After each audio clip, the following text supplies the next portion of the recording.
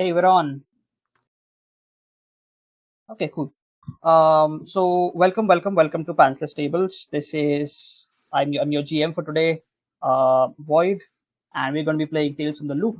This is our second session in our episodic sort of anthology-based campaign where we create characters and we have a returning cast of characters throughout different one shots. Hopefully, we can get this into a direction where we have a larger overarching narrative. But for now, we're just playing one shots, and um, yeah, that is where we are.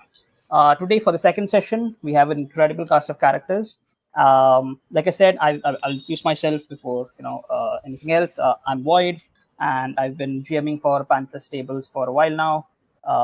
I've GM'd like 3 or 4 sessions at this point, and I'm very excited for this campaign and to continue it with a colorful cast of characters. And yeah. If everyone else would like to introduce themselves now, please go on. I guess I can start. Hi, I'm Cedric.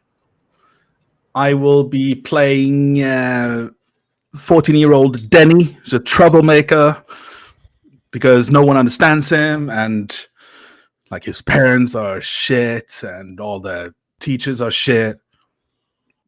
And he seems like a bad guy, but he has a soft heart underneath it all. So that's who I am. I use he/him pronouns, and so does Denny. I guess I can go second. I'm Aaliyah. I will be playing Kit. I use she/her pronouns, but Kit uses he/him. He's a 12-year-old boy, loves computers, lives with his family, but a little while ago, about 2 or 3 years, his older brother Duncan was. The story of the town is that he ran away. I myself personally saw him be abducted by lights and mysterious figures, and no one believes me. I've played a couple of times. I am making my way through the TTRPG sphere, and I'm really looking forward to playing this character. Okay, I'll go third. Hi, I'm Karan. I'm going to be playing Nicholas. I use he/him pronouns, so does Nicholas. Nicholas is a 13-year-old weirdo, but what he really is just a kid who really loves photography to an obsessive degree almost. And he is constantly just trying to seek out mysteries and chronicle what is happening around him. And he's really inspired by Life magazine, which actually led to the development of photojournalism. I'm talking too much. Anyway, Nicholas's whole deal is that while he's trying to seek out and chronicle what's happening, his mom is the head of counter-espionage at the Loop, so that immediately puts them kind of at odds. But his mom's not there half the time at the house, and his grandmother slips him a little something to buy 35mm film occasionally. So, yeah, that's me. And I can finish, I suppose. I'm Amelia. I'm using she/her pronouns. So does I'm playing Aurore, and Aurore is also using she/her pronouns. Aurore is a 10-year-old tiny girl. She's small and she's very smart for, at least book smart for her age. But she has quite a lot of trouble socializing.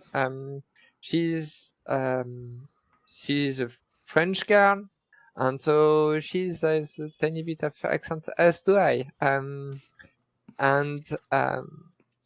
Yeah, she has a bit of issues socializing, and that's she's trying to escape her school life by finding mysteries and solving them.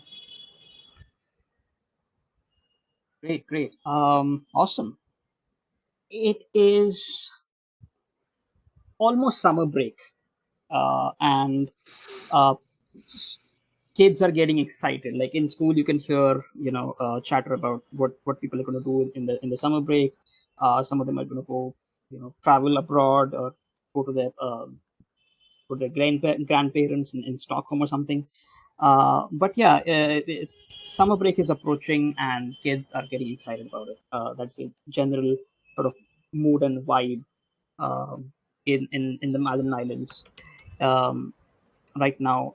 These kids, they live in the Stenhamra town, which is the largest town in the Madeline Islands, and they all attend the Stenhamra public school.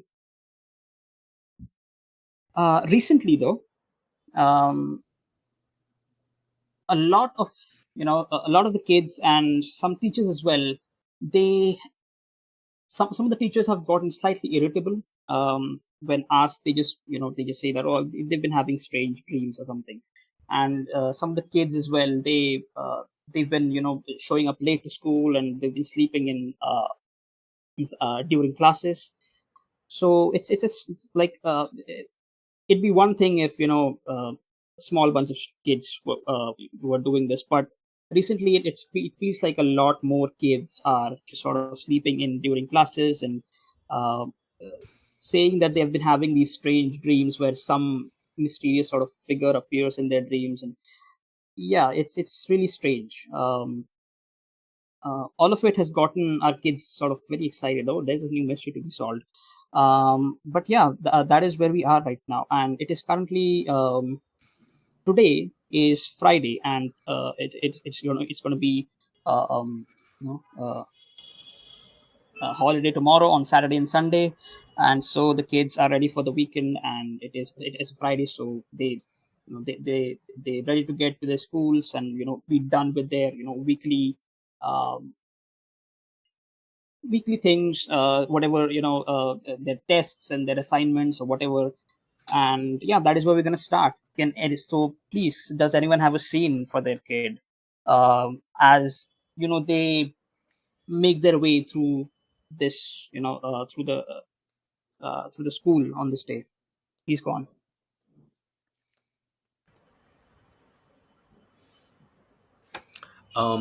Nicholas is in the school's film development room, a red room, and he has a little tape recorder hanging off the wall, and Depeche Mode's Enjoy the Silence is playing, and Nicholas is working in silence, and he develops 3 photos very, very slowly.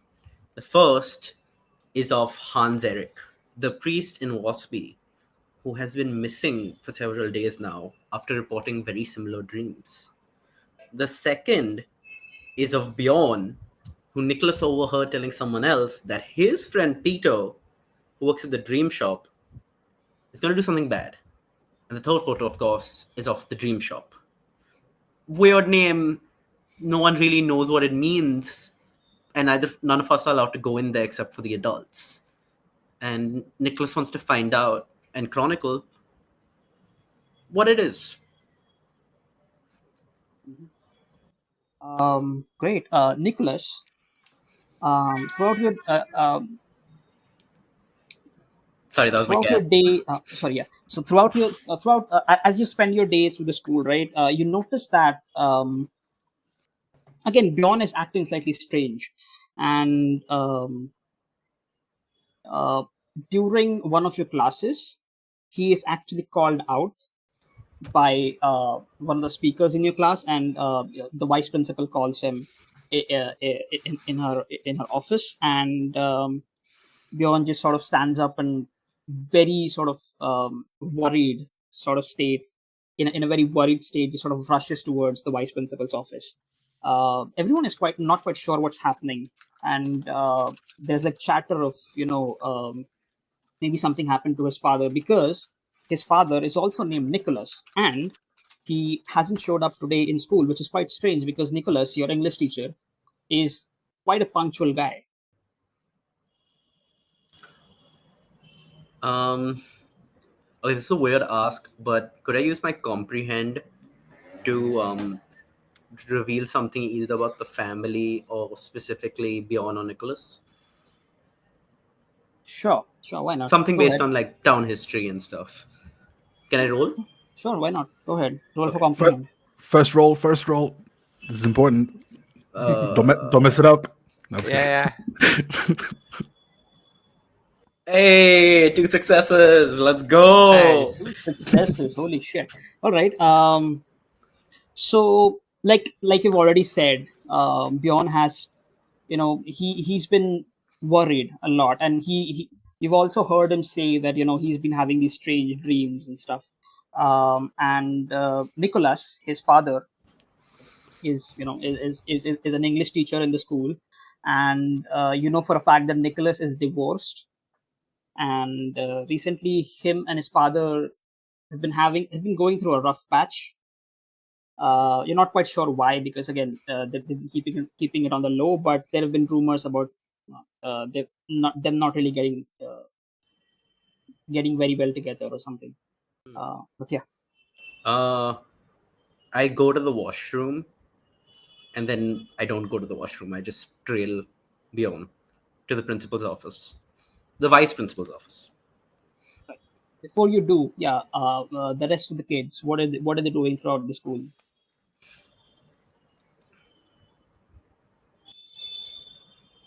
There we go. Kit is a computer science kid. He carries around his it's a Pair 2 portable terminal that he gets to carry around with him. And he is sitting in the computer lab with the computer science teacher there, just tapping away, just doing research, writing up his notes about abductions and disappearances in the local town and whatnot. Trying to gain access with his terminal to different networks and things like that, just a hobby that he does, and just spending time waiting in the computer science lab, waiting for school to end. Great. You again hear, like the rest of the kids in the school, that Bjorn has been called off, to the vice principal's office, and um, uh, again, this sort of chatter or rumor sort of starts spreading of what would have happened, because again, Nicholas, the English teacher, did not show up today, and he teaches mostly all grades in the school. He's quite, he's quite accomplished and everything, and he is quite liked as well in the school. So again, he did not show up to your class as well. You had a substitute teacher, and I'm assuming, because he didn't show up, and before the substitute teacher just sort of showed up to your class, you sort of sneaked out of the class and went to the computer room or something like that, and you started doing your stuff. But yeah, all this happens, and again, you from maybe some of the kids who are in the computer lab, you hear rumors about, oh, maybe Nicholas has gone missing or something. What would have happened? You're not quite sure. Like, there is this rumor going on. What of like what would have happened to Nicholas?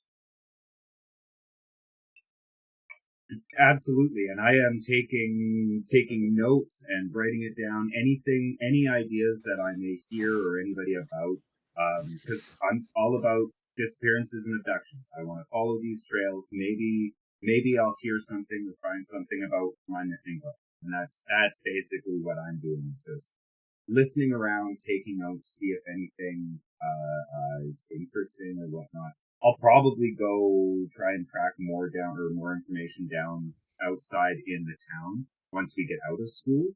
But I've been trapped here all day since I found out he was missing. So I'm like itching at the bit to go out and find more evidence, more details. Right. Yeah. What about Denny and Aurora? Aurora is in math class, and she's like kind of bored by it. It's not hard enough for her, so she's fidgeting her Rubik's cube in below her desk, and try to not get caught too much. But Can you roll a stealth check for me, please? Sure. If you're trying to do it like sneakily, that is. I mean, I'm supposed it's usual, so I think. Can I give the help action? It's a failure. Via good vibes. So you're not in the same grade, I'm assuming, because she's 10 and You're what? Yes. I did say Yes. via good vibes. Exactly. Maybe in the future, not right now. So yeah, so you fail. So you're just busy, playing with playing with your Rubik's cube, and you just hear the maths teacher sort of walk your way towards your desk, and um, her name is Elsa, and she sort of walks her way towards your desk, and she has this strange stick which she uses to point at uh, uh, the whiteboard or the blackboard or something which she writes on, and she sort of taps it twice on your desk, and she says, "Miss, what do you think you're Huh? doing?" I'm listening to the class. Did you solve those questions over there? Yes, I did. Oh, did you now? Okay, let me see. She takes her notebook and flips through the pages. Um, that's she's kind of bewildered because the rest of the kids are still trying to solve the questions, and she's like, and she's new to the school, so she hasn't really um, she's just very recently joined, so she doesn't really know about your that you're really good at math, and she just sort of flips through the books and flips through your notebook, and oh, that's quite impressive. Thanks. But I will need you to pay if you're done. Then I would see. You're clearly really good at this, and I can help you if you want. Questions with a little slightly more difficult questions. Then I can give you them. I can provide you that. But I would really appreciate if you didn't play with your Rubik's cube here in my class. Um. Okay. Okay. I'll be careful. I'll be careful. Sorry. The next time you're done, just approach my desk and I'll give you more questions. I think you like solving questions, don't you? Yes, and she discreetly looks at Judah, her bully at school, and she sees that Judah has a black eye towards her, and she say, um, yes, I'm not, I'm not that good, but yeah, yes, if you can give me more question. Sure, why not? Please approach my desk. I have some questions for you right now. And she sort of very forcefully, tries to get you to her desk to give you some more questions. But yeah, as she's giving you these questions, you hear on the loudspeaker about this kid Bjorn uh, being called onto the vice principal's office, and everyone just sort of goes into a chatter, and the teacher very jerkily, she sort of slaps her stick onto the uh, um, the table, and she's like, "Quiet, everyone! This does not concern you. Please focus on the task that is given to you." And she sort of, "Oh, sorry about that, darling. You solve these two for me? These are quite advanced, but if you need any help, I'll be here." Okay. She. How hard is it for, or like, can she? Sorry, what? How hard are the two questions for, or? I mean, it's fine. You can if you wanted to make a roll for it, you can. Sure. But it depends on you. It's like they're slightly more advanced than what you just solved on the ones that are written on the blackboard. But I mean, she these can. are slightly advanced. But if they're like piece of cake for you, sure, that's fine as well. She look at the question, and like she knows how to get the answer and how to do the math, and she's pretending to struggle at it.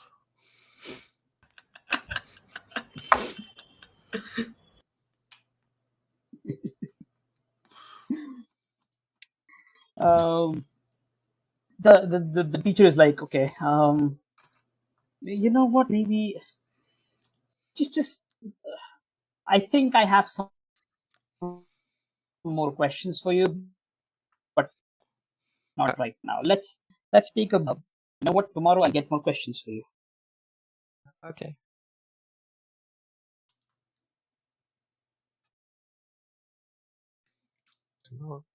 And that is where we cut to Denny. Yes, Denny, what are you doing?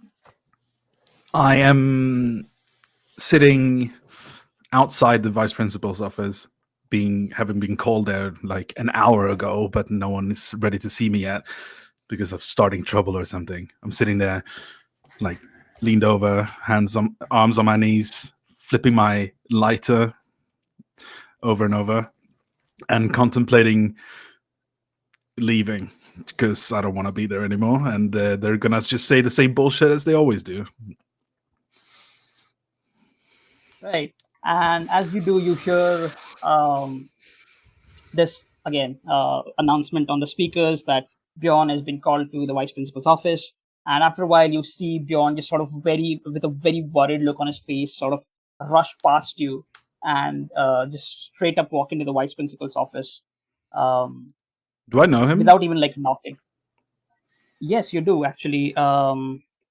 You know him through this guy called Peter, and Peter is this 16-year-old guy who has who's dropped out of school actually, and he used to be like the sort of the big troublemaker in the school, and literally nobody liked him in school. The teachers, the students, everyone hated him, and he used to be this very crazy troublemaker in the school.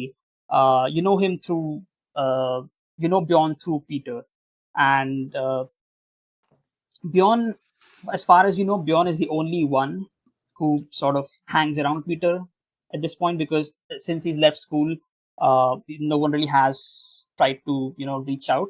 But Bjorn is probably the one who regularly visits him, and he's still kept in touch. Do I know if Bjorn is a person who gets in trouble in school or not? He mostly when Peter was in school, like he mostly was under his shadow, and Bjorn is I don't know, the typical lackey, I guess, that you would say. Peter was like um, the guy who would incite a lot of these troubles, and Bjorn was usually in his shadow, sort of behind him, encouraging him, or helping him out with certain stuff. But yeah, Bjorn is also one of the kids, not exactly a troublemaker, but yeah, he's been in troubles once or twice. Okay. And you know for a fact that he smokes also, because you do as well. When he walks past me, I'm gonna look at him and go, "What you do this time?" He doesn't acknowledge you, and he completely dashes across you, and just without even knocking, just goes into the vice principal's room. I'll call after him while he's leaving. I'm like, "Hey, can I at least bum a cig?" Oh. Whatever. I'm out of here, I say, and I look around and see if there's an opportunity for me to sneak out. Sure, why not? Go ahead and make a sneak check. Sneak. 3 successes. Holy shit! He disappears in the right. mist. Yeah, and I'm gone.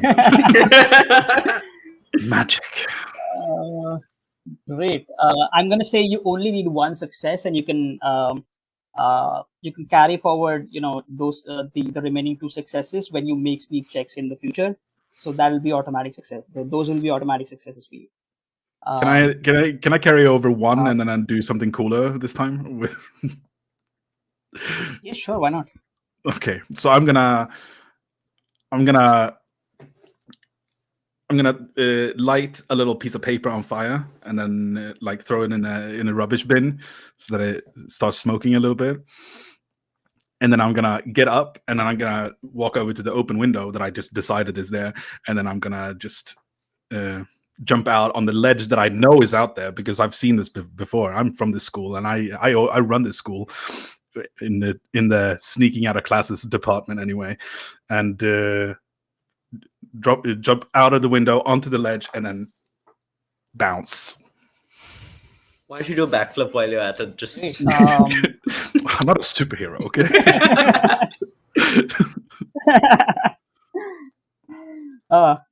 Great. So, you know what? Let's see. Let's see if someone spots you. I mean, not none of the NPCs, but let's see if one of the kids spot you. Everyone can make. Can everyone make an investigation check?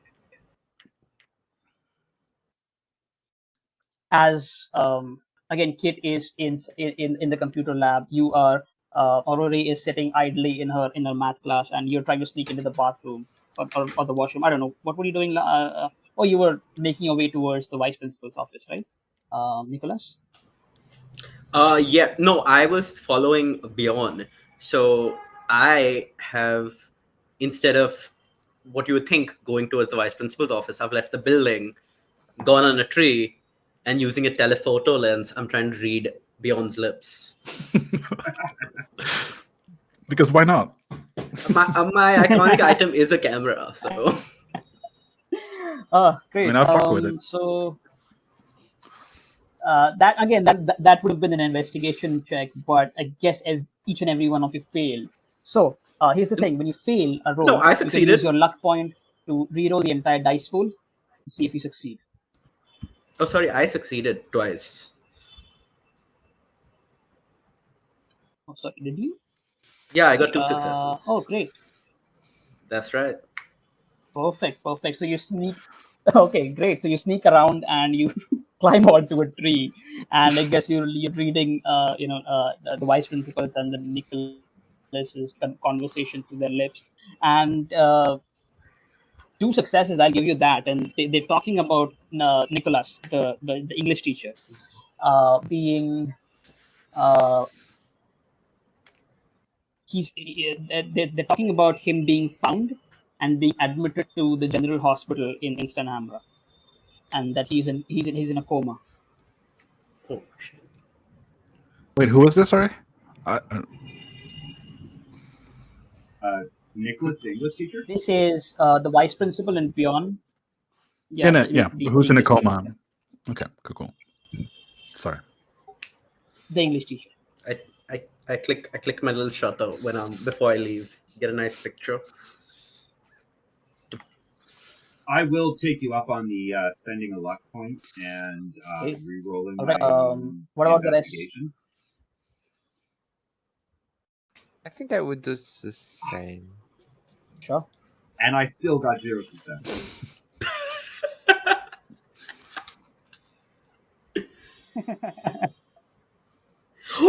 With So 8, you I see got 2 beyond, failure. or rather,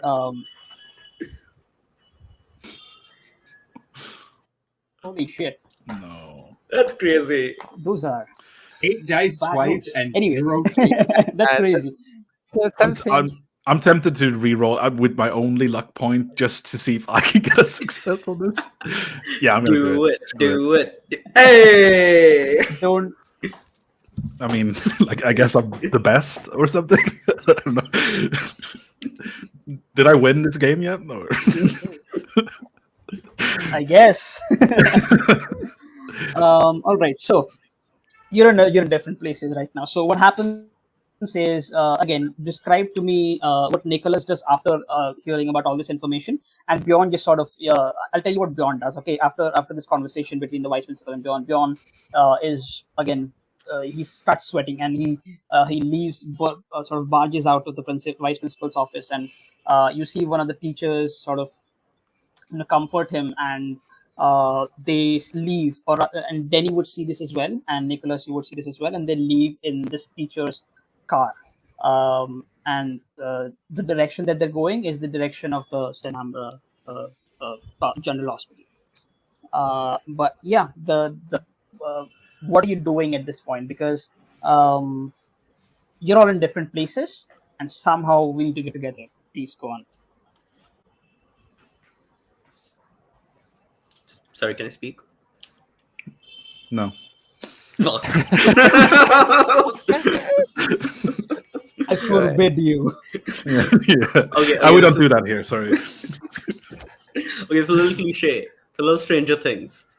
But I walkie-talkie everyone. Would Okay. I have my does walkie-talkie? everyone have walkie-talkie here? Are you that close of friends? I had no idea. I don't know Then if you we're would share walkie-talkies. friends, but we're loosely associated with each other over the weird stuff going on. I think because of our connection, Yeah. just together, you would have my terminal ID or however to send me a quick message on my terminal. I mean, I'm on a tree, so Well, that's a good point. That is a no great Ethernet cables in the tree. I mean, I said I did walk outside. Would this be on the same side as he's in the tree? Sure, why not? Can I just walkie-talkie everyone? Like, not even like a word or anything, just like a quick like crackle, so everyone knows. Oh, we need to meet outside the tree and go somewhere. Something's up. Thumbs up. Yeah, sounds great. What I was thinking was that I doubt my character would have a walkie-talkie on him because he doesn't like people. But if you saw me, you could just call me over. Is what I was thinking. I throw my walkie-talkie at him. Do you want to With make the me roll for intent to that? harm. Do I roll a move or a force for that? You tell me. Or a tinker. If you're throwing, you don't need to. If you're throwing, you don't need to. I'll have to ask Cedric. Can you roll again a move check to get out of or anything that you want, any skill that you want to sort of get away from the or other to avoid getting hit. Ah!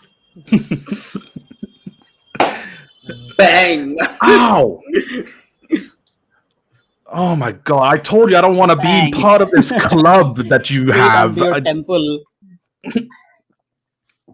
You shouldn't be so good at sneaking into places. Now, come on. What is it?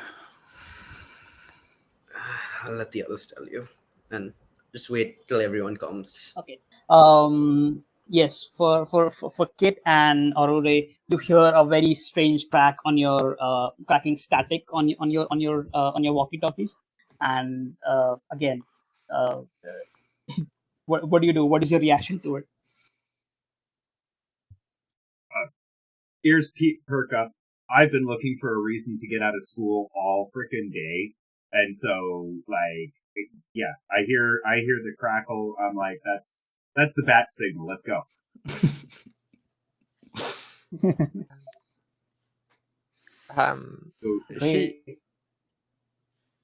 She would hear the Aurora would hear the kraken and she would look at the teacher and say, can I do you have more question or can I go?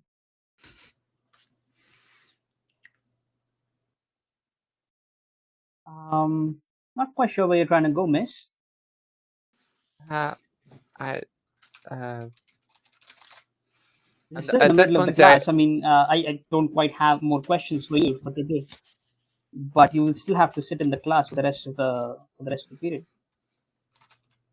At that point, there is some amount of smoke coming out from the room because somebody throw light up something on a trash can.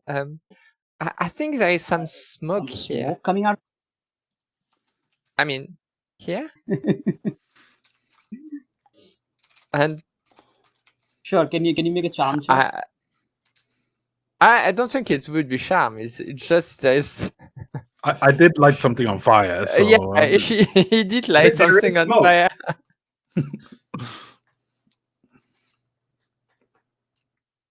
Sorry, I think it's an investigation check.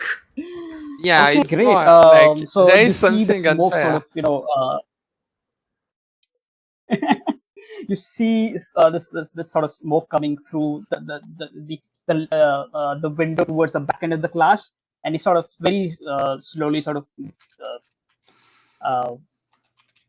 getting inside the class, and it's sort of roaming floating around the roof and stuff. But yeah, the teacher is slightly looks towards the end of the class and wait, what is that? And she sort of starts walking towards the window. And I'm guessing at this point that Denny is there, sort of just trying to light this thing, right? Oh no, What type of smoke is it? no, Is no, it just, it was prior to that. He throws a thing in just in front of. I think it throws a thing just in front of the principal office, right? Yeah, I lit something on fire, threw it in the rubbish bin, and then used that as a distraction to get out earlier.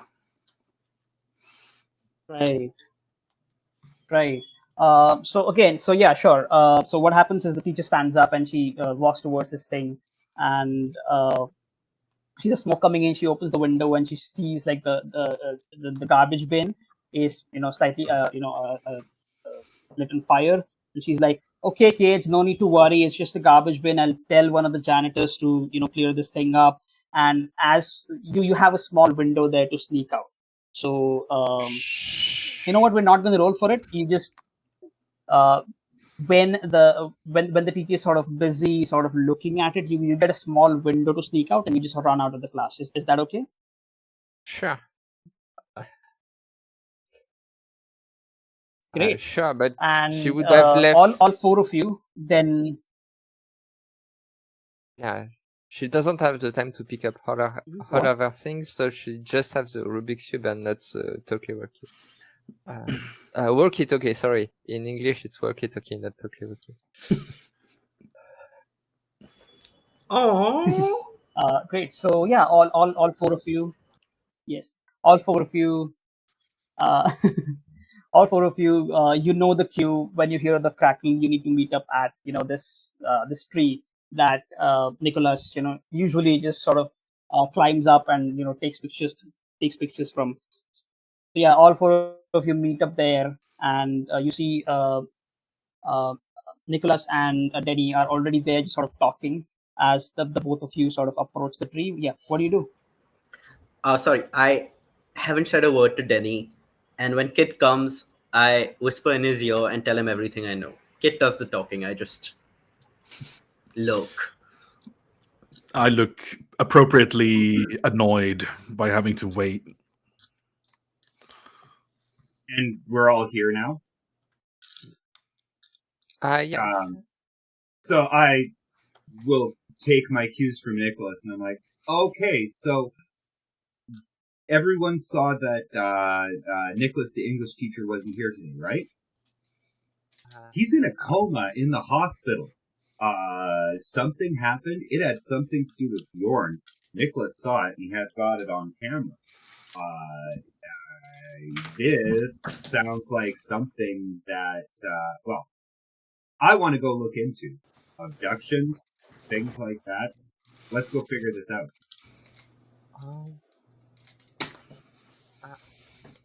Denny, do you want to go with them? Not really, but listen, we are going to need some extra hands in order to get into the hospital where we're not supposed to be, right? Fine. You're gonna just get in trouble without me. You get into trouble yourself. Yeah, but I'm older. You're just kids. Well, this is like, who's gonna help? The adults all think that everything's normal. This is obviously connected. The dreams, a coma, people disappearing, like it's all connected. Yeah, I pull out my picture of the priest at Wabi who has also disappeared, my friend. Hans-Erik. It's not because a lot of people disappear that it's all connected. I mean, it can be connected, but it doesn't have to be. But it's worth investigating, I suppose.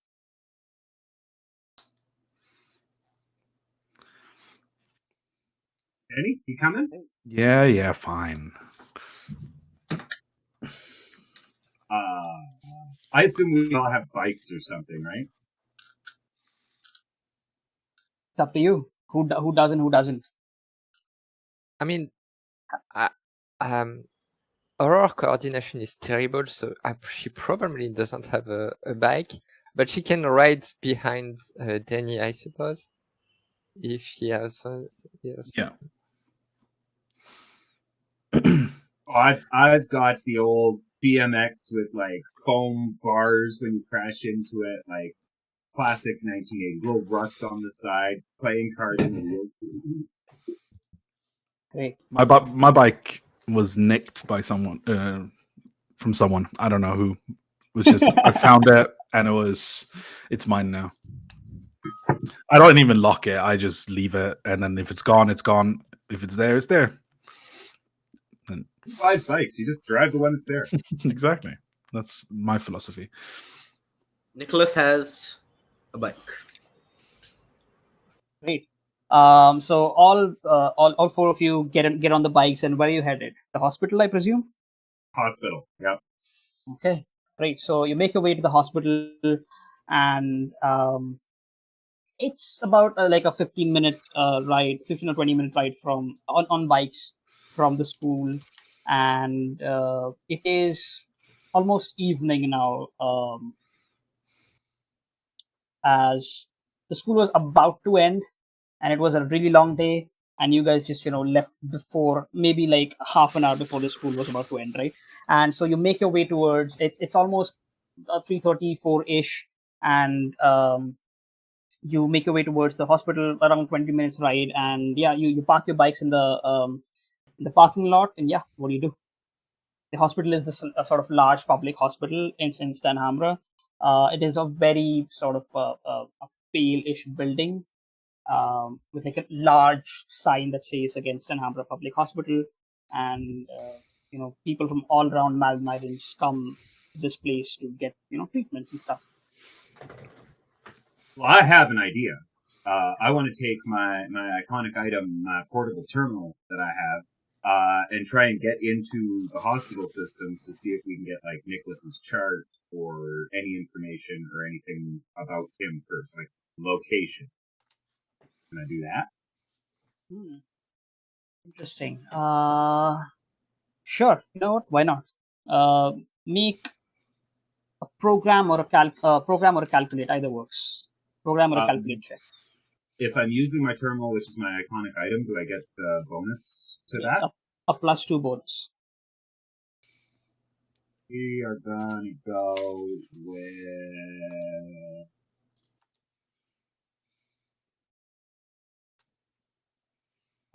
program. Yeah, let's go with program.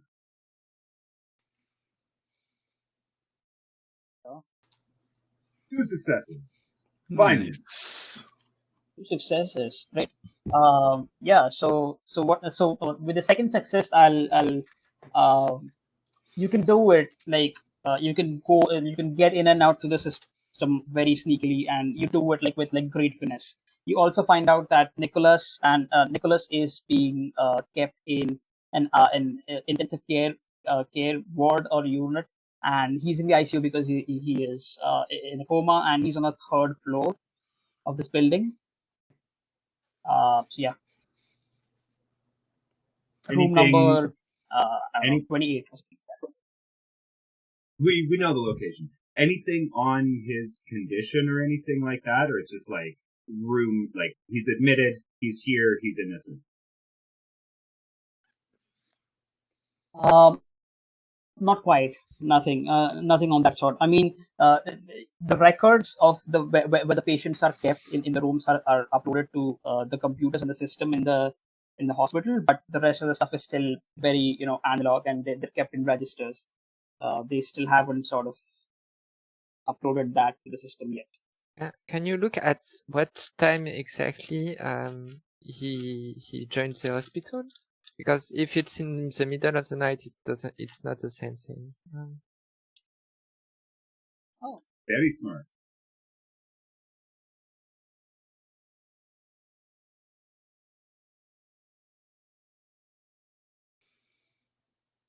Yeah.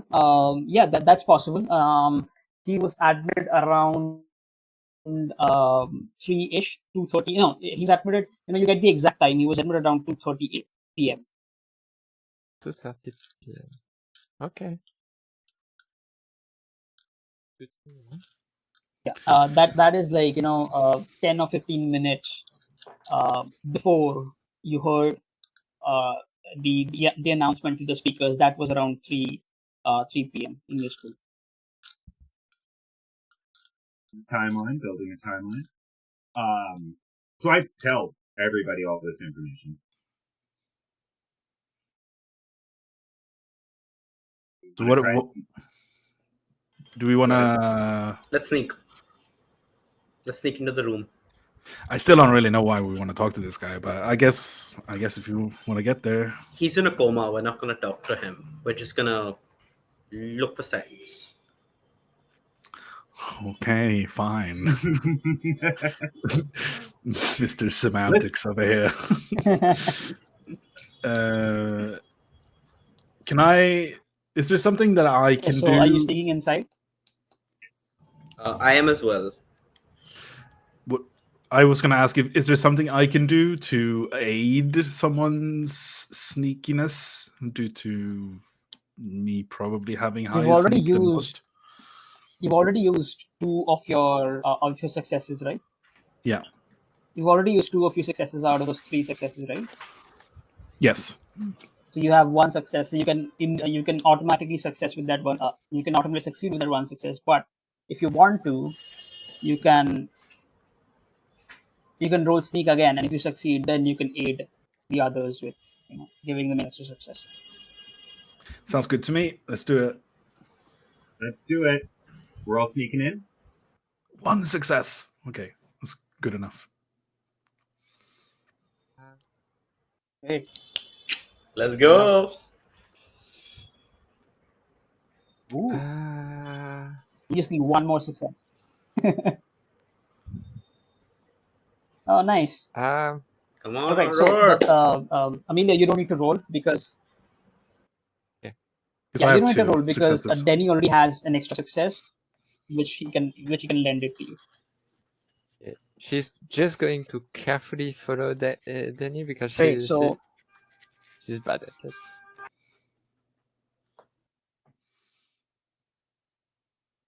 yeah, great. Awesome. So yeah, you just see Aurora just sort of very carefully, following Denny as he's like he's the stealth master here. He's like the rogue of the party, and he's going through the corridors of this hospital in this very I don't know, some sort of a Bond kind of way where he is sneaking through and he's leaning on and he's taking cover and looking behind here and there. He's going through these halls very sneakily, and you see already just sort of following his footsteps. So both of you are good, and the rest of them also the rest of you also succeed on your sneak check. So you're able to make your way towards to the third floor, to room number 38, where Nicholas is being kept. In front of the room, there are like two chairs, and one of them is unoccupied. The next one is occupied. You see Bjorn just sort of sitting there and sort of fidgeting his legs a bit. He's very nervous. What do you do? Is he alone? He is alone. Sorry, is that Nicholas or is that Bjorn? It's Bjorn, his son.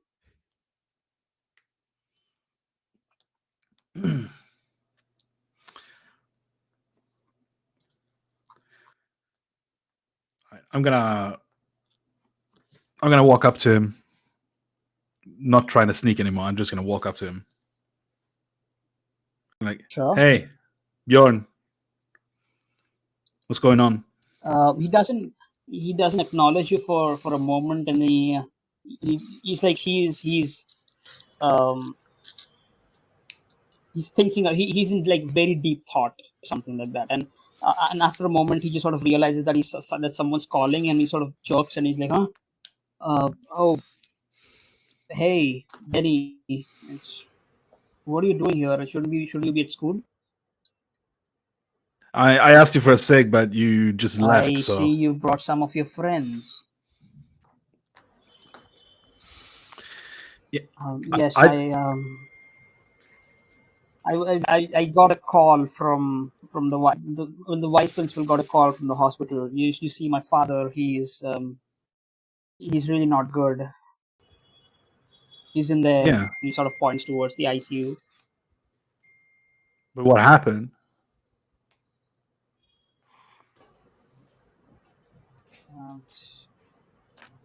That really don't want to talk about it right now. It's You. can you This is gonna sound really what weird. what are you doing here anyway? I look him dead in the eye and I say, "It's okay if you don't want to talk." And I walk straight to his dad's room. I mean, that Whoa. works. Do you mind if you don't go in there? They've said that he's really not doing good. He's in a coma. I really don't want to Unless he disturb uses him. force, The I am doctors wouldn't just want you to do heading that straight either. in. Listen.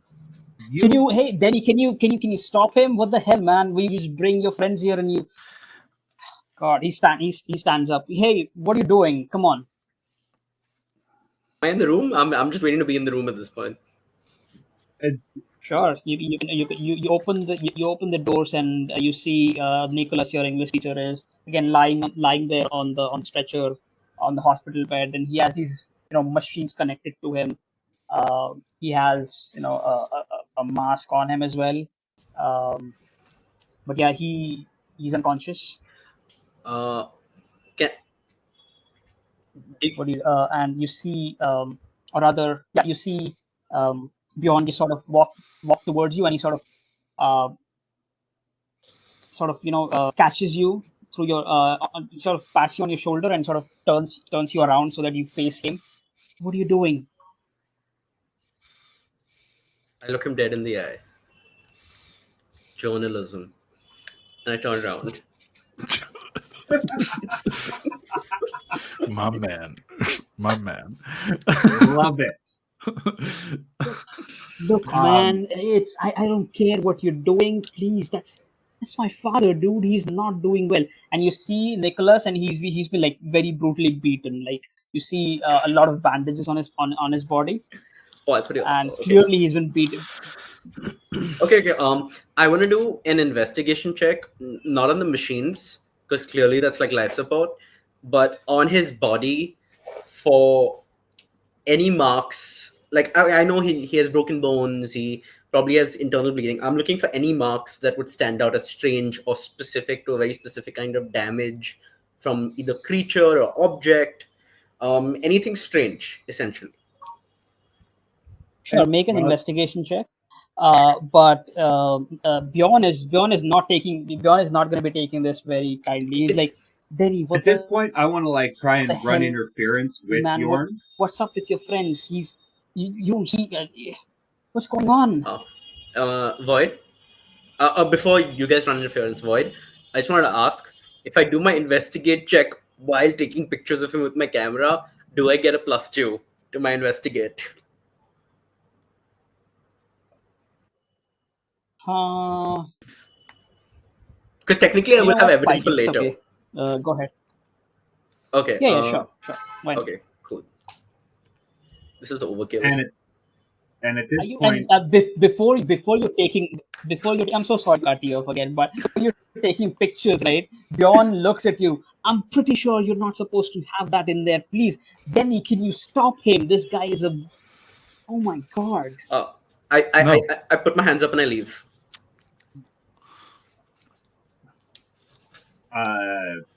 like I say, trying to run interference. It was at this point I was going to tell Bjorn, listen, something weird is happening in this town. Show him a list of all of the people that have disappeared, stories of the kids who are dreaming weird dreams, having weird dreams, having trouble sleeping and stuff like that, and just show him all of this evidence and say, like, I understand this is kind of a thing, but like, if we can help your dad, you gotta let us have this, like, information. If he's a part of this, he can help us stop it. Kind of like bring him into the fold. Go ahead, That's make a what we're charm doing. check. Before you do though, he's gonna be like, okay, can we just not talk while we're in here? Please, can we talk outside? That's reasonable. He he very sort of forcefully pushes you out of the room and closes the door. You see one of the nurses just sort of walk past you, and she goes in. She goes in, and yeah, you guys are free to talk here. Please make a Void, sound check. before we begin talking, because I got 2 successes earlier, can you just tell us what I found out?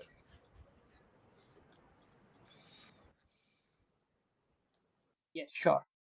You did.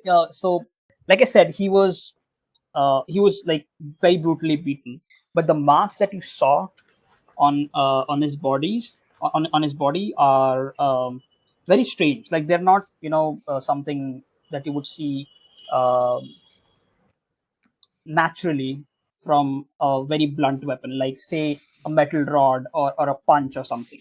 These are very strange markings. You're not quite sure what they are. And he took a picture of him, right? Yes, no, he didn't. He didn't take a picture. Uh, I think, right? You said No, he I took a did. picture. I said it. I Yeah. said I was taking pictures. Okay, sure. Yeah, it's fine. Yeah, you took pictures. Okay, but what do we? So strange markings, right? That's all the Strange information we have. markings. Yeah. And You're not quite sure. Yeah, again, you're not quite sure what those markings are all about, but you definitely know that they've been made by blunt weapons, but not the type of blunt weapons that you would naturally, use to beat someone up, like a hockey bat or a metal pipe or punches. Really. I don't know if I have to roll for this or not, but my guess right now is some sort of automaton. But I mean, you tell me if I need to roll, or you don't have to confirm anything. I, like before, just whisper all my findings to Kit and let him take it from there. Interesting. I don't have anything on these marks at all. Like this is new information, and it gets its own new little like folder. Mm-hmm. Yeah. So you rolled your charm check and you succeeded, right? Yes, I did. Okay. So he sort of just sits down and thinks for a bit and thinks for a moment, like takes a moment. I must be going mad. First, I hear about this, and uh, so here's the deal. Mm, Danny, you know about Peter, right? Yeah. Yeah. So I've been visiting him ever since he left school, and I'm not quite sure what he's up to, but he seems strange because one of our friends, who left school with him, they've been, I don't know, they've been bringing him strange gifts lately for some reason, and I'm not sure why. And I've been having these strange dreams, but I'm pretty sure that I'm seeing Peter. In your dreams? Yes, yeah, I think so. I don't remember it very well, but I think I'm seeing Peter. You know how it is. I mean, Denny, you I don't think you probably know that, my dad and Peter's mom are dating, right? I mean, I might have heard something about it, but I don't care. Why? Yeah, I don't know. I mean, they've been dating for a while, but ever since his mom got sick, he's been, I don't know, strange, man. Something's going on with him, and I think, and I spoke to my father about it, about these strange dreams, because we've both been having these strange dreams for almost a week now. It's straight. It's really disorienting for some reason. I feel like I should, whenever I wake up, I feel like I want to visit him and pay him compliments. I'm not quite sure what's happening. But yeah, the day before, my dad didn't show up at home, and he was just missing. Today, I just found out that I don't know, he's beaten up. He's beaten up, and he's in a coma. I'm not. You found your father? Where did you find him? No, I didn't find my father. Well, some people found him, I guess. Um, I Who? don't know. Where did they find him? It's If you somewhere don't mind outside. answering. Who, when, what, for, how, where? The details are kind of hazy. Again, I'm really shocked about about all of this. So I think they found from what I've talked with the police. I think they found him. I don't know, towards the south end of the town. He was in the dumpster. Oh, um, do you know what happens to Peter's mother? I think she got sick. I'm not really sure what's happening to her. I mean, she ran the shop before him. He took over then he quotes the year he took over the dream shop after his mother, and ever since he took over, I don't know, he's been strange. The Um, dream shop? I don't know. So I think the mother used to sell um, some strange stuff there, like incense, and I don't know, the incense that lets you dream, that gives you, like, sweet dreams or something, and I don't know, But strange voodoo stuff. But Oh yeah, that place that smells so bad. I've never been there, but I just walk past and it stinks. yeah, it has this strange voodoo stuff as well. I'm not quite sure what it's all about, but yeah, he did take over from his mother after she got sick. Um, yeah, that's all I know.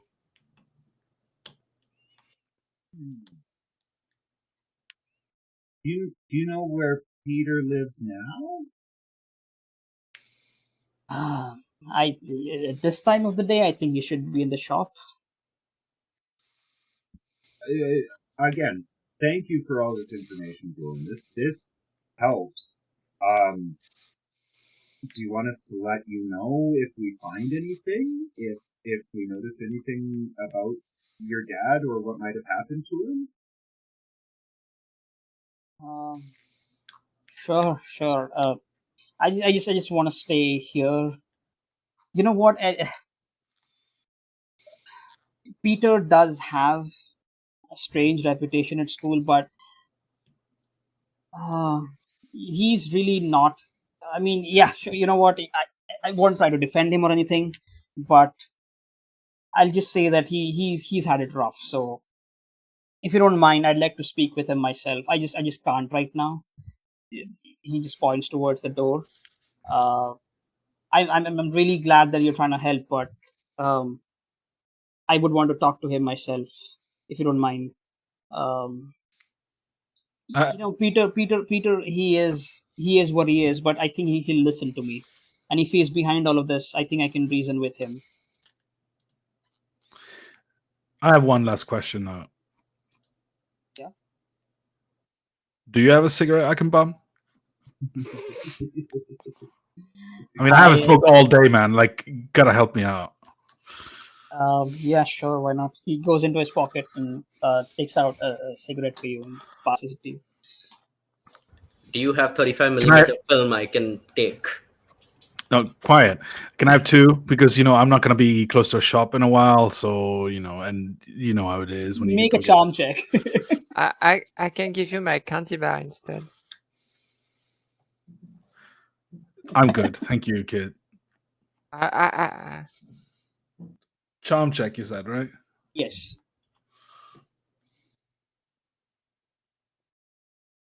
I just never fail checks, apparently. Yeah, we're gonna point you at all the hard That's a stuff. great street. Yeah. You know what? I won't be able to smoke here. Take the box. It's fine. I'll get myself another one. That good man. I say I take it, and I just turn around and leave. Come on, I say. About the 35 millimeter film, if you're giving stuff out, got any? What? No, I don't have that. No. Okay, thank you anyway. and I leave. Interesting. Like, as we're going out, that's really interesting, and we are totally going to go talk to Peter without waiting for him, right? Yes, but is it safe? I mean, Yeah, the cat Danny agrees. is I mean, I don't care. I got my cigarettes. You're And sorted. I'm sorted.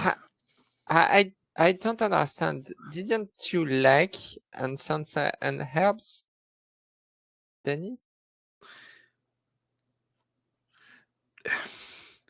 It's never what you think, kid. I said it before to you. It's a don't believe everything you heard.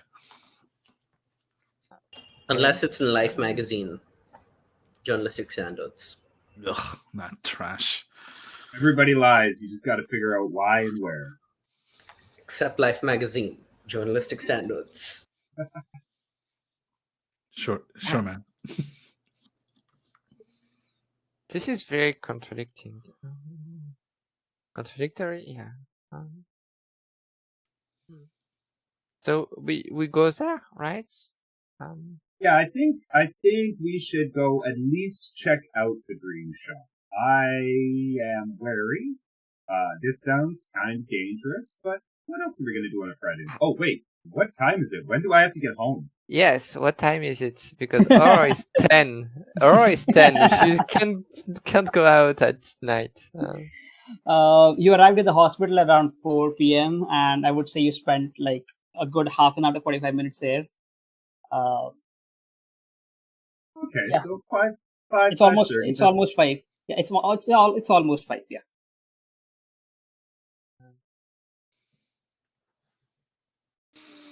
Okay. Do you make your way to the dream shop? It is towards the southern end of the town. Takes Right. about, again, from the hospital it takes about 15 to 20 minutes to get there as well, and the time when you get there is almost like 5:15 or something, and you park your bikes beside the shop, and you stand in front of it. To your surprise, there's no one inside. It has this glass window which says in like very I don't know what this very strange font, right? It has this very strange font. It says dream shop, and it has like a what do you call it, a dream catcher suspended right beside it, like a huge dream catcher suspended right beside it. Could I do a comprehend check to find out anything in like the history books of the town about the dream shop? Sure, make a comprehend check. Yeah, why not? Okay. My first failure. Again, it's quite common knowledge. I mean, not quite common knowledge, but from what Bjorn told you, and just stuff going around that. Yeah, this shop used to be run by his mother, and and Peter took over after leaving school and his mother getting sick. That's all you know, and you know that she sells like weird incense and dream catchers and some voodoo stuff in there, but that's all. That always says me that these things aren't very scientific, so it's a weird shop. Well, you know what Asimov says. What do you do? Any sufficiently advanced technology to an underdeveloped culture will appear as magic. I guess that's true. Sounds like a lot of bullshit to me, but what do I know? But there's no one in there, and it just looks blank. You want to try breaking in? Yes, it does. The blinds. Yes, the blinds are open. Actually, you can see through the glass window. There's no one inside. The door is locked for some reason. But yeah, Who locks their doors when they're not home? Come on.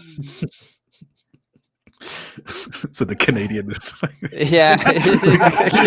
living up to all stereotypes here.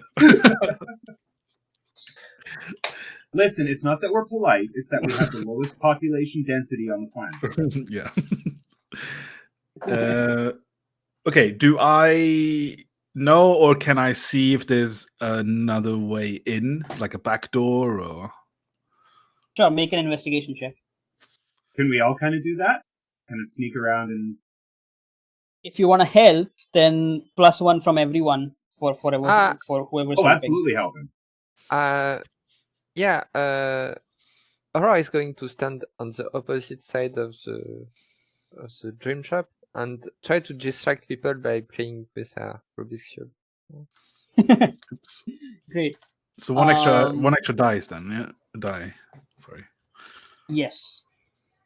You succeed. Great. You I didn't, find. but Oh wait, no. That's One of not us you. did. I did. Oh, you failed. What do you do? You can use your luck. I have 0 luck. You can use your luck. Oh, did you roll that right now? Oh, okay. But I used my luck earlier. Nicholas, did you? Yeah, I rolled the success. Yeah, sure. Okay, great. So if you also if you rolled investigation, it's fine. You succeeded, and you find a back door which is broken into. I go straight in.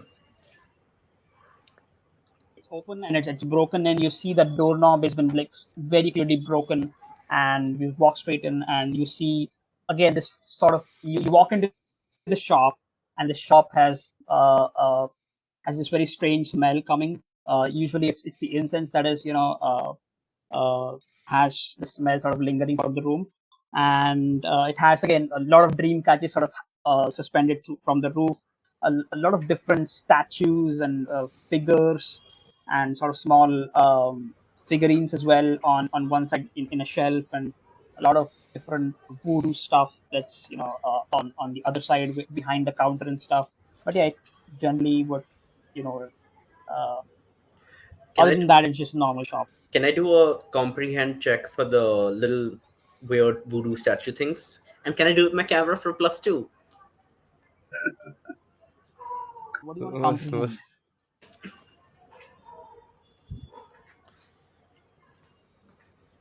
What do you want to comprehend? Yeah. Oh, I want to comprehend what they are, where they're from, what their purpose usually is. Sure, why not? Go ahead. Do I get those +2? Sure.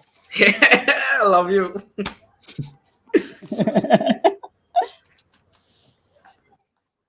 That's right. 3 3. successes. Holy shit! I'm not quite sure. What. So with 1 success, I'll tell you. You can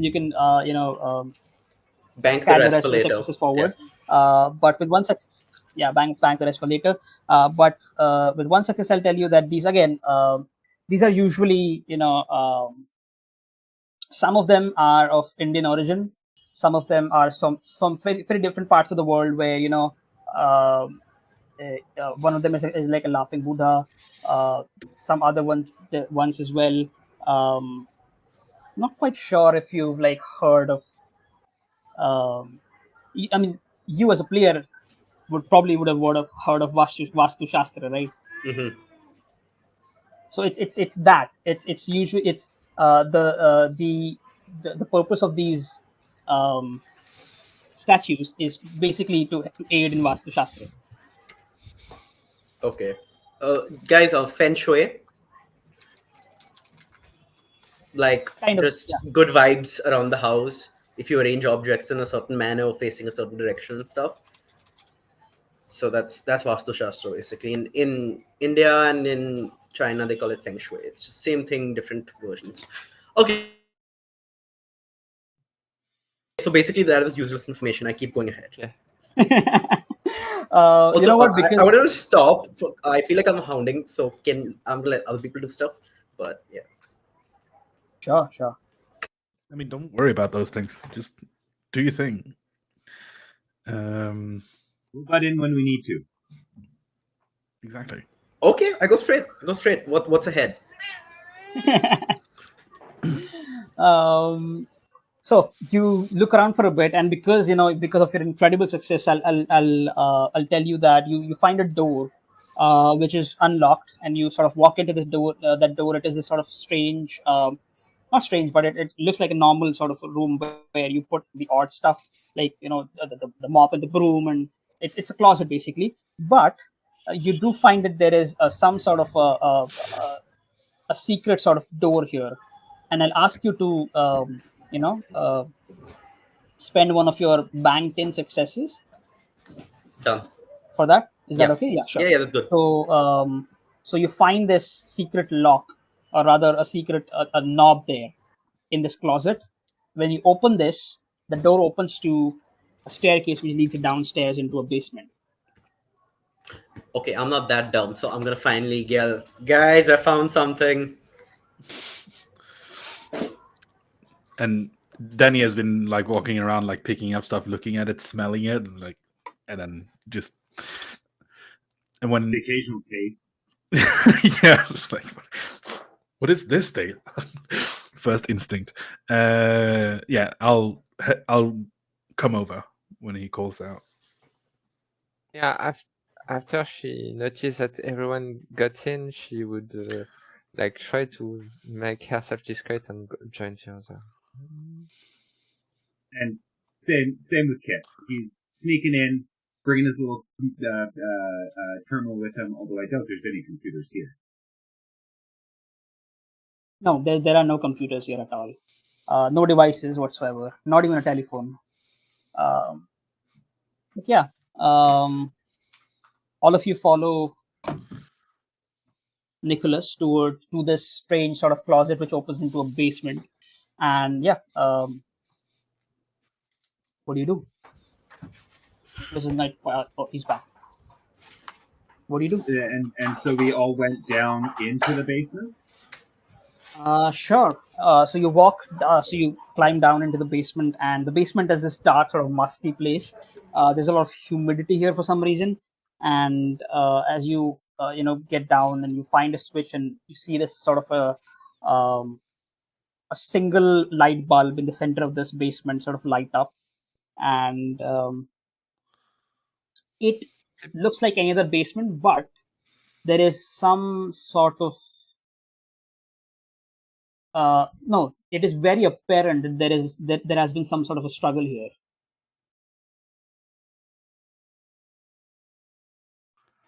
Can I On the investigate? oh, by the way, as you walk down, right, as you climb down through the basement stairs, there is a very uh, I guess unsubtle large sign, or rather something that Peter drew up on a piece of paper which says Dream Lab on it. Interesting. Can I look how hard is the struggle? Was it like corresponding to the time of Peter's, like to the English teacher's like hospitalization? Like Sure. You can roll me an investigate check. sure. She's picking up stuff. All right.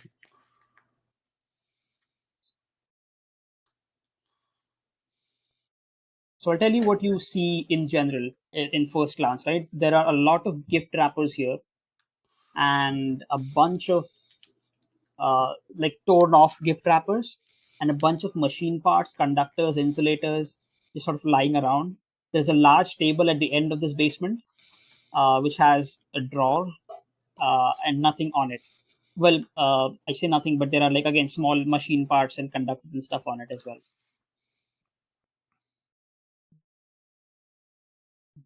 You muted. You're muted. Sorry, guys. Could I do an You didn't investigation check, succeed. or would that be cheating?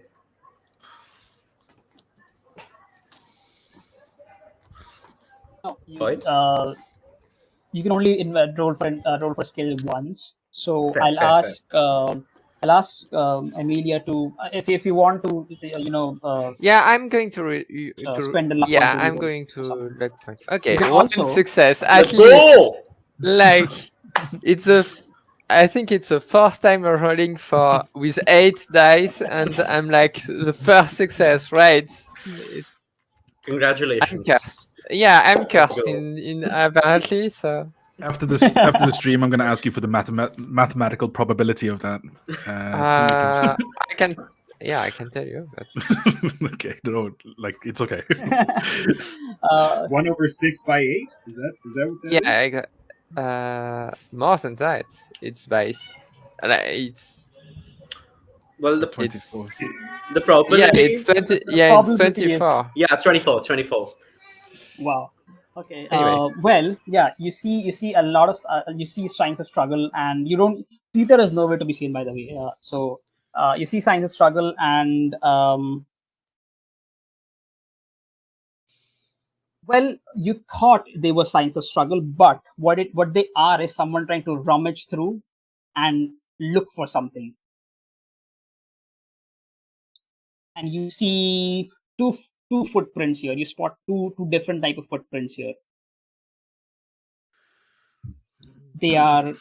Hey guys, sorry, there's an emergency happening here. Just give me like a bit. Sure.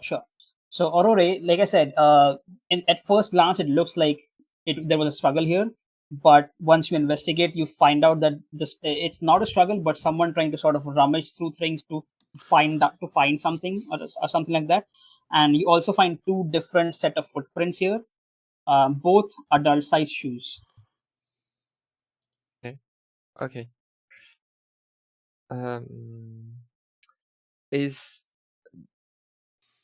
Does the size of the footprint correspond to like what would be Peter's size and what would be the English teacher? Yeah, Nicholas' size.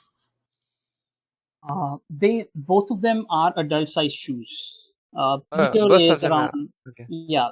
Peter is around 16, going on to 17, and Okay. Nicholas is he is almost in his 40s. Okay. I mean, at 70, I think you have the footprint of an adult, pretty much. I would say. Pretty much, yeah. Okay. There is also, again, like I said, there are a lot of different gift wrappers here, boxes on the floor, machine parts, conductors, insulators. There is a large table at the end which has a drawer on it, and because you succeeded on that investigation check, you figure out that the drawer is locked. And you also find out there was something, because of the dust and everything that is sort of not settled in this place. There was something large that was set up on this desk, and it was sort of taken out of it, because you see sort of wires poking out of the wall, and the wires have been cut. There was something here which was displaced. Okay.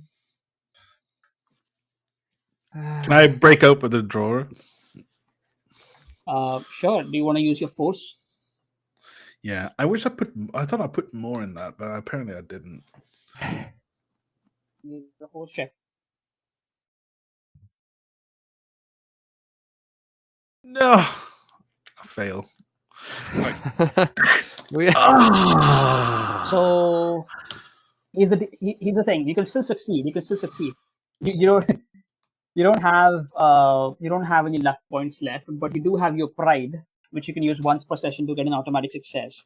Or you can push your roll. What pushing your roll means is I get a you condition, take right? one condition,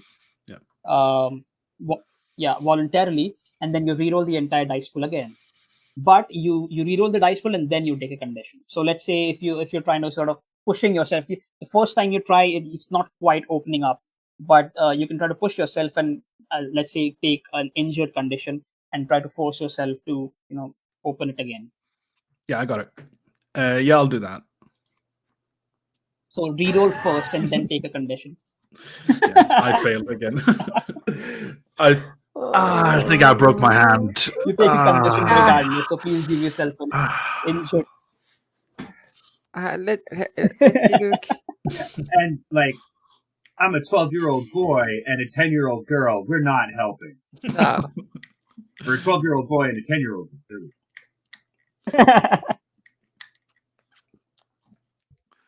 Yeah. Unlucky. I guess we're not getting into this drawer anymore. No, What do you do? not. Yeah. Could I possibly, unless the lock has been destroyed by this, could I use my tinker to try and fix the lock? Or is that more of that's kind of a mechanical thing. No. Yeah.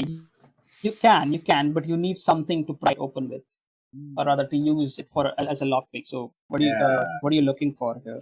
A small, like bobby pin or jigsaw, like a thin jigsaw blade type piece of metal. Something long and thin, and another pokey piece of metal. And all right. Sure. Can I use? You know what? This is the workshop, so you rummage around for a bit. Yeah. No, I wanted to say like use a cable like that we noticed before. Yeah, I figured there'd be a lot of bits like that. I don't have great tinker. Like I think I'm rolling 5 dice, but we'll give it a shot. Is there any way to help? Sure. Ooh, Nice. I got it. Okay, you got it. Yes, you got it. You rummage around for a bit through the gift wrappers and the enormous amounts of conductors and semiconductors and stuff, and you spot the tools that you need to lockpick, and you go to the store and very meticulously sort of click it open. It clicks as it opens, and you open it, and there's a book here, or rather a notebook here, and very unsubtle. There is a huge piece of paper plastered onto it which says Dream Journal.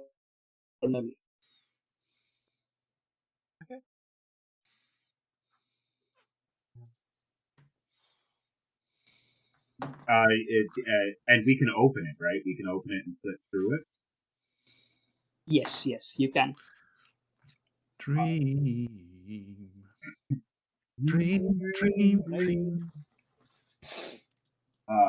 So yeah, well, we'll do that. Who's looking through the book? Anyone but me, because I'm in pain. I Incredible could. Yeah, I'm not hiding the book. It's like open on the desk. Like we pull it out, open it right up. Okay. We can try to locate it the both of us, I suppose. Sure, why not? Small. Make an. You know what? It's fine. You don't need to roll. I'll. So you flip through it, and it's a journal, and it's Peter's journal basically. Peter writes his findings and whatever in this journal, right? And he has written about so you know what? Yeah, you know what? I'll give you this. Right. So he writes about his dad, who has been using his new invention to experiment with dreams, and he's using Peter and his mom as experiment subject to these experiments. He doesn't really like it, and this is like a couple months old, right? And once the mother figured out what was happening, uh, they they got into a huge fight, and they've already been having problems with their marriage. So this was like the straw. This was the thing that broke the straw, and they got divorced. And this was a couple months ago. And oh, you know what? It's fine. So they got divorced, and Peter actually got hold of this machine that he calls the dream machine, and he very quickly figured out that this dream machine can be used to enter into people's dreams. That's terrifying. Yeah, that's certainly a thing. Initially he used it for increasing his reputation in the school amongst the students, because again, because of the stuff that was happening in his home, and really his really unstable home life, and because of that he was acting out in the school, and everyone hated him in school. So he tried to get his reputation in the school tried to increase his reputation in the school with him sort of going into student streams and telling them to compliment him, but that didn't quite work out on a large scale, right? That did quite work out on a large scale. So he writes about, I think I can make this much more. I think I can make this much bigger, something that can work on a much larger scale than just going into someone's dream and asking them to make compliments to him. He also discovered that he could order people in their dreams and ask them to do things, right? And then he entered into people's dreams and asked them to give him machine parts, conductors, etc. And with those machine parts and conductors, he built the larger machine, basically. He asked them to leave these gifts in an abandoned shack near his house, which is slightly towards the southern end of, again, you're at the southern side of Stenhamra, and this abandoned shack is also again more south from his house as well. So he writes down where this house is, what it looks like, and he's asking people to bring these gifts and leave them in that shack so that they don't find out who's doing this to them. Right. And what else? What else? Okay, never mind. Oh, go on. No, it doesn't matter. Sure. Right. Okay, well, that is a whole bunch of information and stuff. Peter's a bad dude, eh? I mean, I could have told you that. Shit, I came halfway Owes through and me I could money. tell you that. Is everything okay, Karan? Yeah, there was some homeless people fighting very close to my house, and there were kids and a stick involved. So I just had to go see that no one was in immediate danger, and then I've called the cops. So they'll sort it out. So yeah, I had to literally go running. My fiance was here watching from the window. Anyway, it's all good now. So Glad to hear. Just making sure. Yeah, no kidding. Thank you, I appreciate that. But yeah, it was external, not internal. So yeah, you can figure out that whatever was this machine that was this dream machine was misplaced from here. That the journal goes on to say that one day he noticed that someone is sneaking near his shack, near the shack which he used to sort of get gifts from other people. Then some of his gifts never showed up, so he was sort of very angry about it. Someone has found out that he's using this thing and they're sort of stealing his stuff that he wants, because he wants to make this dream machine bigger and bigger so that he can influence people's dreams on a larger scale. He writes they are trying to stop him from making this device, and I use they in quotation marks. And he says they are trying to stop him, or rather stop me, from making this device. They want it for themselves. I'll be right back. I'm going to use the washroom. Hey. So yeah, again, he writes that they are trying to stop him from making this device, and they want it for themselves. So what he did was, he writes that, that useless Nicholas, I'll show him, and I'll use him to get rid of these people, to get rid of them, right? And then he writes that he's going to enter Nicholas's dream to influence him to be there with with Peter in the shack to deal with them once and for all.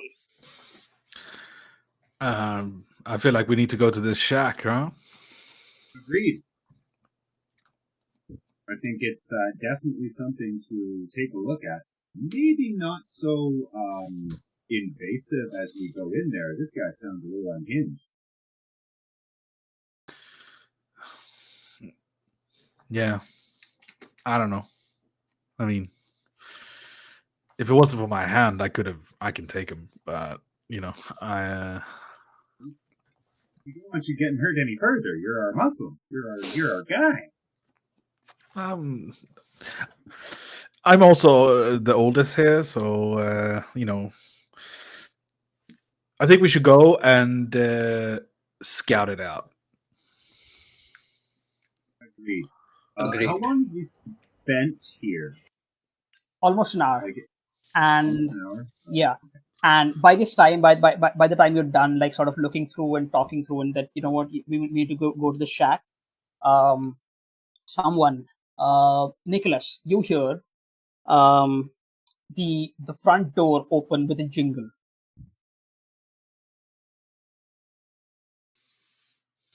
Nicholas for this a bit. So, yeah, sure. We'll- Again, Denny or Kit, both either one of you. You hear the front door open, and it's a jingle. It's sort of you know, it jingles a bit, and you definitely know that someone's in the shop now. What do you do? grab the notebook, the dream journal, and put it into my backpack. I do the shush, like keep quiet hand signal, and then I'll go sneak up the stairs and see if I can spot who it is. You make me a sneak check. Oh, you already did, right? You already succeeded like thrice. You had banked successes. Those. No, So, no, I used yeah, them again, earlier. can you make me a So I sneak check? get one less now, right? Because of my injury. That's how it works, right? If you just you know, check the injured condition, it'll do it automatically to you. Oh, okay.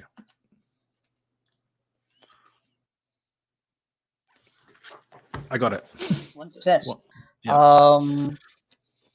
yes. Great, awesome. So you sneak up and you see this guy who's wearing a black trench coat, and he has this strange flashlight on his hand, which is emit this very fluorescent white light, but it's not quite the flashlight that you've, you know, seen around, or rather, you know, you've never seen this flashlight. It's sort of this spherical flashlight which he holds through like a handle, and it's not a flashlight you've seen like ever, but it's very strong, and it sort of illuminates the entire place. It's almost 6 now, so the sun is going down, and it illuminates the entire room quite a bit.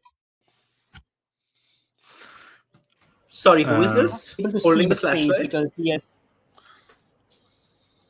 It's an adult, right? It's an adult who is wearing a trench coat. He has a hood on, and you're not quite sure what his face looks like because he has a mask on as well.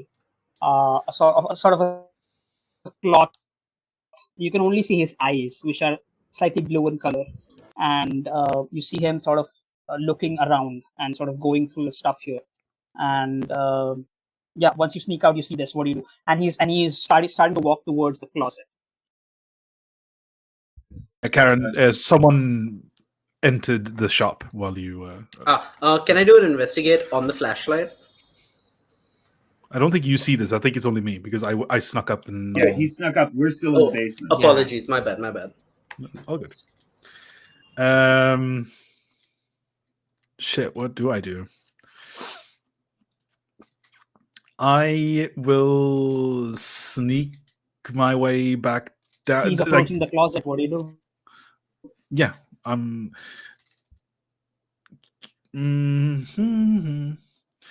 I? While he's dealing with this, can we be looking in the basement for any like windows or secondary exits or anything like that? Would that be like a investigation roll?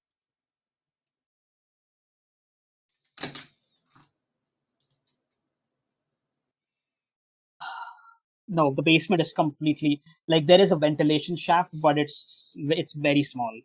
No one can. Maybe already can fit through it, but again, it's very small, and maybe only it's. We're not sending those. Yeah. We're not sending the youngest person into a dark hole that we don't know where it goes. That just seems like a bad idea. Really? Why?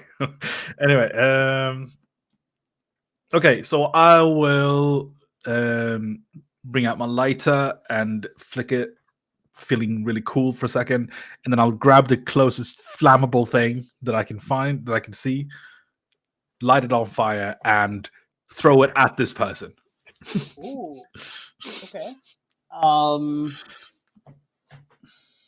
Why don't you make me so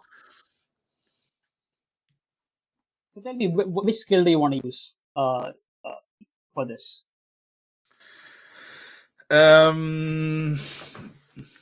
Probably a force skill, right? You can either so I'll tell you, you can either roll with a move, force, or a move. Yeah, force works as well. What would be the practical difference? Or narrative difference, I should say. It depends on how you do it in fiction. So if you're using force, you're just very forcefully throwing it towards it. Yeah, narrative difference. Yeah, and move is like you're trying to make him, I don't know, trip or something with this thing. Okay, let's use that one. I'm gonna try to make him. I want to, like, my intention is Sure, to scare him and to make him fumble what he's doing. Find a very strange incense, and you feel like it's gonna light up.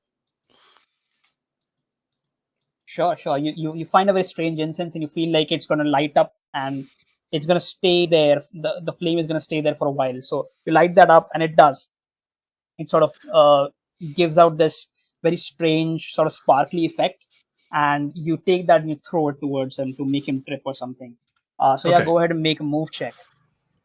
Do I get my +2 because it's my lighter, which is my iconic item? Ooh. Yes, please. 2 successes.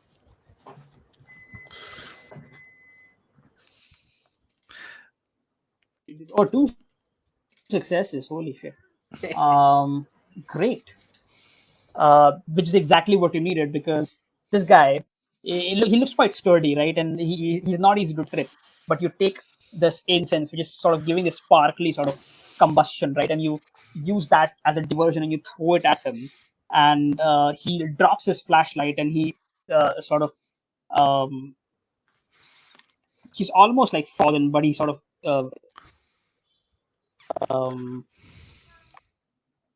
puts his hand and supports him, and for support, and sort of stands up quite a bit. He is disoriented, he's disorganized. What do you do? You have like a split second here to do. Okay, my intention was to do this, and if I succeeded, I wanted to rush towards him and then run past, like, to have him chase me instead, and like, as a diversion, I guess. But could I also pin him down or something? Like, that works. No, I don't. No, I'm not going to rush him. I'm going to run. I'm going to run out of the shop. I'm a diversion. Yeah, that's basically. and then Great. But my question is, can I try to go for the lamp, since you said he dropped it, right? Like, while I'm running past him. I don't know if I'm imagining the room wrong, but Sure. Why not? That works. okay. Because you had 2 successes. That's great. He dropped the lamp, and you take the lamp, and you start running across him outside into the streets, and he looks at you, and he's like, whoa. And you hear him speak for a very brief instance, and even you guys can hear it downstairs in the basement, because he has this very strange radio static like voice. It's not quite human. He talks as if he's talking through a radio with static, and he's like, "What the hell?" And he looks towards you and starts running after you, Denny. Yes, and what do you do, Denny? And so we'll cut there, and you know what? Let's see. We'll cut there, and what are the rest of the people doing downstairs in the basement? Well, we heard all of this, and letting Denny do his thing. If we hear him go out, I will take that as a diversion to get the heck out of there too. Yes, exactly. Sure. If you're sneaking, please roll a sneak check, or if you're just running, like anything, please roll a move check. It was sneak.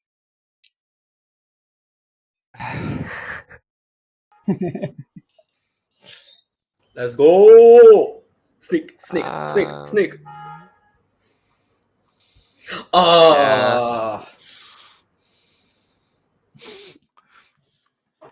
Expected. With one die. Yeah. Aurore, what do? You're not quite sneaky enough, so you you see the two of them. So again, you can try to push yourself, but again, you just have one die here, so I'm not quite sure what you should Yeah. do. You can push your roll, or you can use your pride, or you can use a luck point as well. I'm going to use my pride, I would say. So okay, she's yeah. So how do you use your pride? You use anything that is related to it, right? You describe how your pride Okay. helps you in overcoming the situation. Okay. She as she figures that she's not really sneaky, she's going to try to synchronize her steps with instead of being quite discreet and not making noise, she's just going to synchronize her step with the person running towards Danny, and she's going to try to match the tempo of it. And she's like try to match stuff, and try to like anticipate where the eyes of the person are looking at, to make our way through. Oh, great, awesome. So you can check your pride there once per mystery. You can use your pride, right? And that's it. Yes. So great. So you get an automatic success, and you're able to sneak through as well. And you see this person running behind Derry. Derry, what are you doing? I'm running. Like it's just make a move check, please. And this guy again, he is shouting, and if when he shouts, right, there's almost no one around here at this point, but when he's shouting, he's not quite speaking.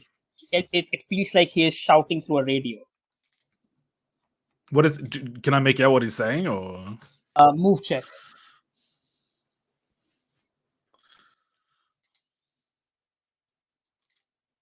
Yeah, he's just shouting, "Hey, you, stop! Give me back my flashlight." Okay.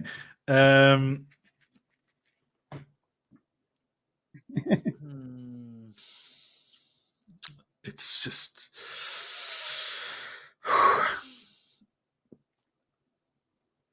It's fuck. It is 5. It's 5. I should be fine, right? All right. I'm gonna do it. Fuck it. Yes. Let's go. Great. You are moving you're moving at speeds that is incomprehensible to this guy, and you're like moving through these alleys, and the southern side of Stenhamra has a lot of like smaller shacks as well. So you're moving through the alleys like you've known this place for a while, and you're like very fast through, and you're sort of going through these alleys, and he sort of loses you for a while, and the only thing that you hear is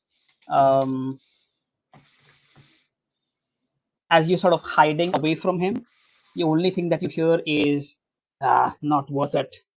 And then you see a bright flash of light, and then silence. Bright flash of light. That's Yes. That's interesting. I think not Denny. Denny doesn't give a shit, but I think it's It's pretty interesting.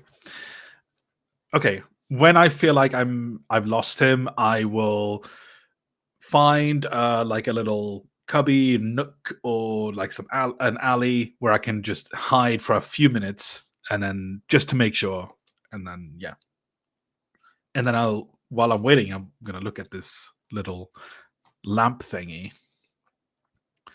Because Denny's reasoning was that he got it just to disorient. I don't think Denny thought that, oh, this has a narrative meaning, but it's more like he took it because, oh, it's his, and he dropped it because he was scared, and so I'm going to disorient him even more. But now I'm going to take a look at it, see if I can make out anything interesting about it.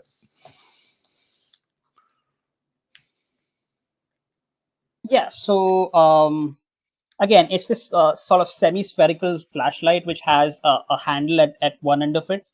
And if you've seen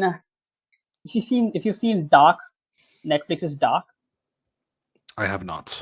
I don't know if you have, but if you've seen that show, okay, so I'll describe it to you. So it looks like a semi-spherical thing, and it has a handle at the end of it, but it doesn't have any switches. Okay. The flashlight is currently on, and it's spilling out light. Oh, you know what? The flashlight is off. It's fine. The flashlight is off. Because that would make sense. Because then he would have been able to find you very easily. But yeah, the flashlight is off. It doesn't seem to have any switches though. Okay. I have a question. Can I make an investigate? Like she Aurore looked at the way that person move. Does it look like an automaton or a robot? Or something that was piloted? Sure. Make a comprehend check or an comprehend or investigation, whichever is better. It's the same for both.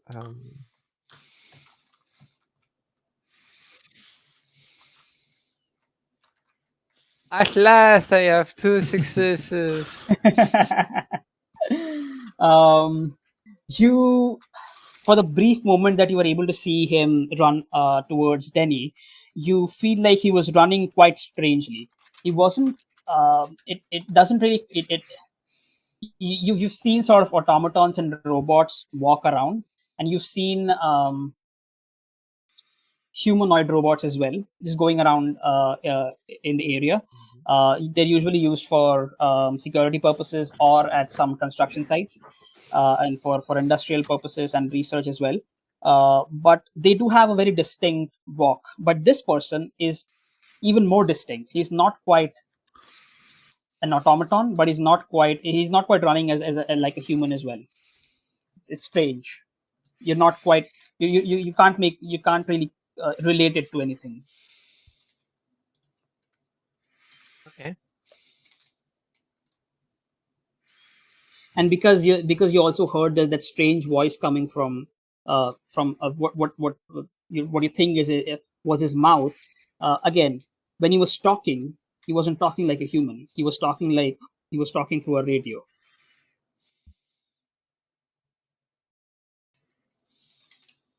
Usually robots don't have speech, and the ones that do, they try to emulate human speech, but this guy just wasn't at all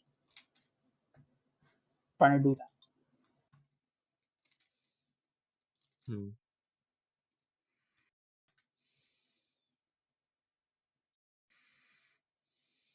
That's weird. Do we manage to find Danny?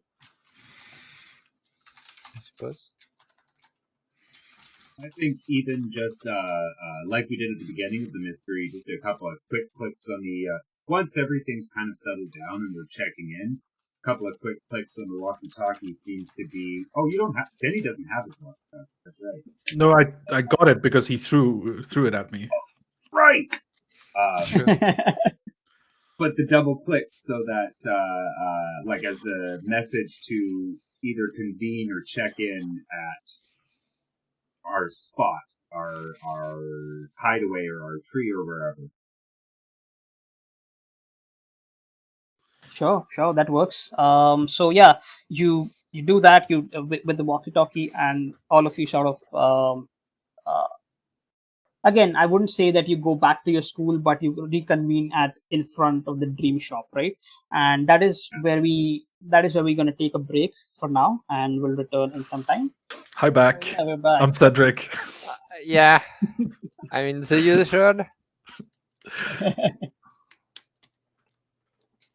Everyone's back. All right. Okay, great.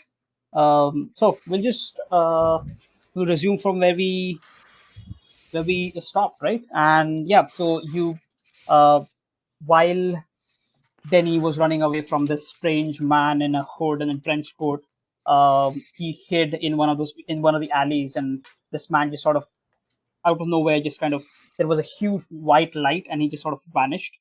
And Denny, you just there, sort of looking at the flashlight, and you hear the crackle on your walkie-talkie. That usually means that you need to convene back with your friends.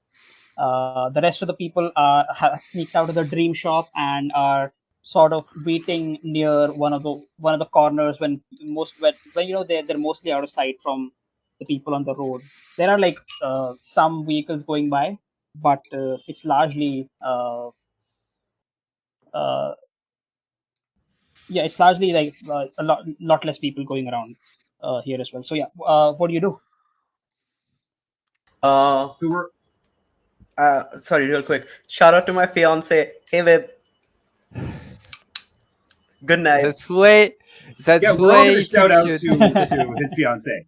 Yeah, she's gonna sleep. It's like midnight here. Good night. Bye. Good Good night. night. Why do I have this in my hand? Shout out. Awesome. Yeah. What do you do? So yeah, we're all kind of like looking around, huddled together, the three of us, kind of just being kids loitering around because no one's going to think too much of us, but trying to be visible so Denny can see us. And we're all like, "Where'd he go? Where'd he go? Do we chase after him? What do we do?" Can I do an investigate into the sky? Up in the sky. I love that without any context or anything. Just like Yeah, just up in the sky, you just see this one large gauze ship, this freighter, is sort of make its way towards, and as it does now, it uses magnitude effect, right? So it like gives a low hum as it sort of floats away from you. But nothing else. The stars are starting to come out, and the moon is starting to show itself, but nothing else going on in the sky. You see a flock of birds also. It's just sort of going back to their homes probably. But yeah, what are you trying to look for? I'm trying to look for any signs of light displacement or illusion or refraction. Just anything that isn't just clear night sky. Like, have you ever seen those things where those like mirror shields you can put in front of you, and it looks like nothing's there, like they're invisibility shields almost.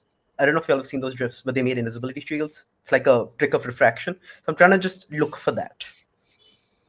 I won't ask you to roll, but you don't see any of that. The thing that you're trying to look for, unfortunately. Okay, fair enough. I don't think Danny wants to just head back to the shop, but I will press the little walkie-talkie thing and just to like confirm that I'm okay, relatively, and then I will head to the tree where we met earlier. Like, wait, I don't have a bike. Fuck. I guess I guess I need to go back then to the shop. So I'll sneak back and just see if the coast is clear. Sure, sure. Again, it's almost 6:30. The sun has gone down, and the lights have come up. The lights are the lights where you live in Stanhamra are these like again these are light the street lights, the light posts, and they have these three LEDs which are like triangular shape. It's like a uh, the lights themselves are like these are on the post. It's this like pizza sort of. It's like a slice of pizza, maybe almost. And in that there are like three spoke lights, and these come up at every night around 6 p.m. So yeah, those light up. These are very like white fluorescent lights. They light up. Some blink as you sort of pass through them, and you make your way back to um, the dream shop. Okay. And we're all kind of hanging there. Yeah, what do you do? Okay. Yeah. Go ahead. I'm not from. I just. I think. I think. I think I have to go back home. I think my mom and dad are going to be worried if I just. So and we can join, like we can meet after, right? Yeah, I'm kind of with Aurora the same way. Like I have to be back for supper. I've missed a couple already this week, and I'm not really old enough to be sporting out and whatnot. And my parents are definitely going to be. They're a little touchy since my brother ran away, abducted. So yeah, I gotta swing back home too. But By the way, I'm so glad I chose like not voluntarily, but I chose a name that is extremely hard to pronounce for anyone that is not French. Aurore, Yeah, which is it's like your calling card. Like you yes, name all your characters and all the places that you come up with, like super French. It's like yeah. it's always all the things. I mean, I kind of like it. Perche-Marie. I think it's Perche-Marie. gorgeous and real. Yeah. It is, but it's not the. I always forget that it's hard to pronounce for anyone that does not French. But I am from the very, very bushy part of Canada, and so like you don't want to hear me pronounce French. Yeah. I will butcher it. But yeah, so like I can bike Aurora home or something like that, but like this is supper time. We have to clear. But I do want to tell Nicholas, like, find Denny. We gotta like after I'm done supper, I'll get back to you on the walkie-talkie, and we'll figure out where we have to go, if we're gonna check them out later tonight, or if we wait until tomorrow morning to go to the chef. Mm-hmm. Okay. Will do. Yeah, we'll pack up our bikes and head I guess back that way. I guess I'll arrive just when they left or something. Okay. you're Is here. No, I mean after you left, but it Okay. doesn't matter. Like it can be before. I'll let the GM decide. sure. I guess if Kit asked Nicholas to stay and look for Denny, then you would find Nicholas there, but the rest have left because yeah, both of them needed to go reach home before their dinner time. So yeah, Okay. you see Nicholas just sort of looking around for you. Alright, No, I I'm will- just standing there. I just knew he was gonna come eventually. I know I don't have to move. Okay, I'll run up to him and for the first time, you see a little bit of worry in Danny's face, like the "I don't give a shit about anything" vibe of kid is kind of slipping a little bit. Hey, where are the others? Dinner. What? They went to get dinner. Do you want dinner? What are you talking about, man? Dinner, like supper? Okay, Daily this- nutrition at night time. So they're okay. Oh yeah. Okay, good. Because they had dinner. whatever.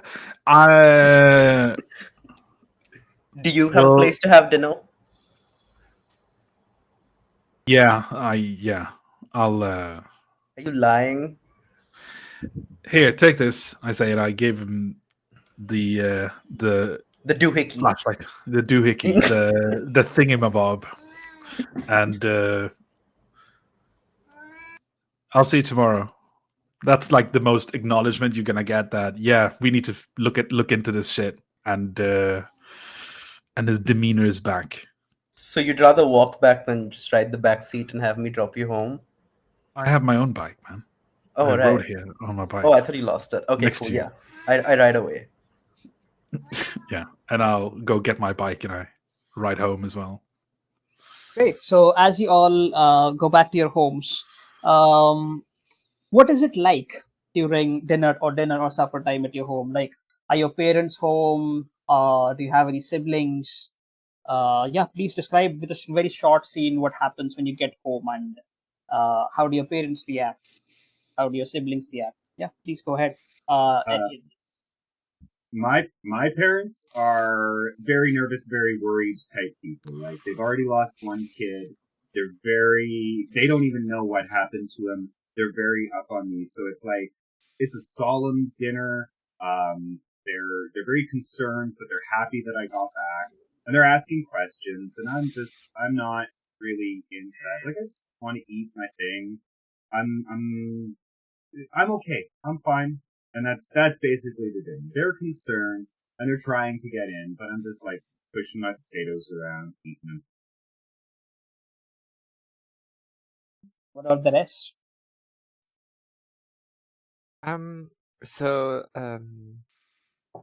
Aurore got dropped by she was dropped by I suppose by Kit because she doesn't have a bike. And she go back home and I suppose is my question is, are her parents aware of that she left school early? Like she left class, so You know what? Yeah, you know what? Yeah, you know what? That's a good idea. Your parents are just okay. So tell me about your like family situation. What your parents? Do you have any siblings? she has no siblings. She both her parents are scientists. Oh. And do they work for the Loop? I mean, Probably, if I they're think. scientists, they probably do. Yeah. Yes. It's probably the reason why we got here in the first race Right. and Right. we left France. So Right. And are both of them like the workaholic type, or they do they arrive on time, or like one of them is like a workaholic and they arrive late, and the other one just is sort of on time at home with dinner and stuff ready. probably dad is a bit like chaotic and doesn't like not workaholic but more like, oh, I forgot to dinner, like I forgot to eat type of person, so he can forget that it's time to go home too. But mom is more punctual, so she's really good at her job, but she's making like the difference between family and work, which is not something from. So mom would be probably at Okay. home, but dad's still at the lab. The loop place, Okay, great. So as you walk in, you open the door and you see your mom just sort of sitting there on the couch. She's looking at the clock and she's clearly waiting for you to come back. And as you do, you open the door and you walk in, and she looks towards the door and she looks at you and she's like, "Do you care to explain yourself? Where were you?" I was in town. I got She I got a she I, I got a call from the she school from your math teacher that you just left without saying anything. uh I was bored. Look, I know that you're good at math, but you have to respect the boundaries of the school, the rules of the school.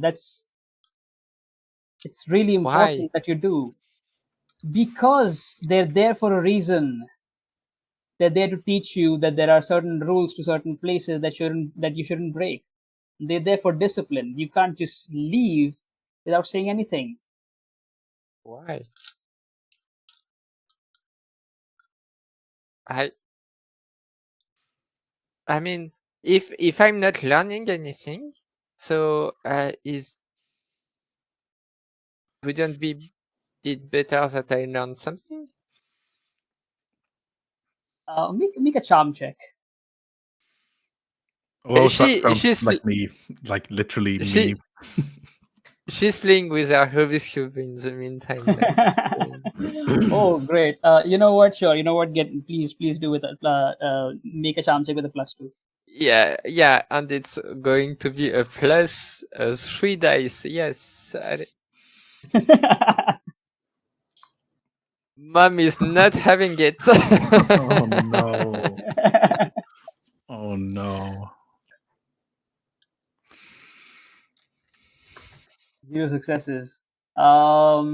Right. She says, okay, she sort of stands up, and as you're playing, you're really not paying attention to what she's saying, right?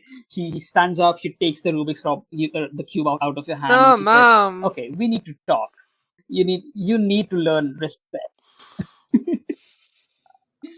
But See, look, I it was. know that I know that you're really good at it, and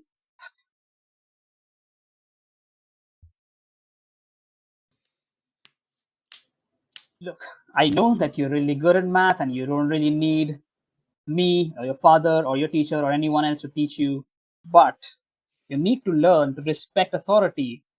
It's fine if you don't want to, but there are certain rules to certain places that you need to follow. It's really not good to disrespect your teachers like that. I'm not this. I'm not. I I don't understand why I'm disrespectful. I try. I like mm, like You is see, you left without saying anything, and I think you should have stayed, and you should have respected the teacher when she said that you need to stay at the end of by the end of the class. But there was a Um, fire. Fire was The, so like they they the they trash did bin they, was on fire. I you know what I am too exhausted from work, and it's kind of reminds me of your father, to be honest. Like, he used to do all these things when we were kids, but that does not She mean would smile at that. that I'm going to let you off the hook. So promise me that you'll never do this again, and I'll give you back your cube.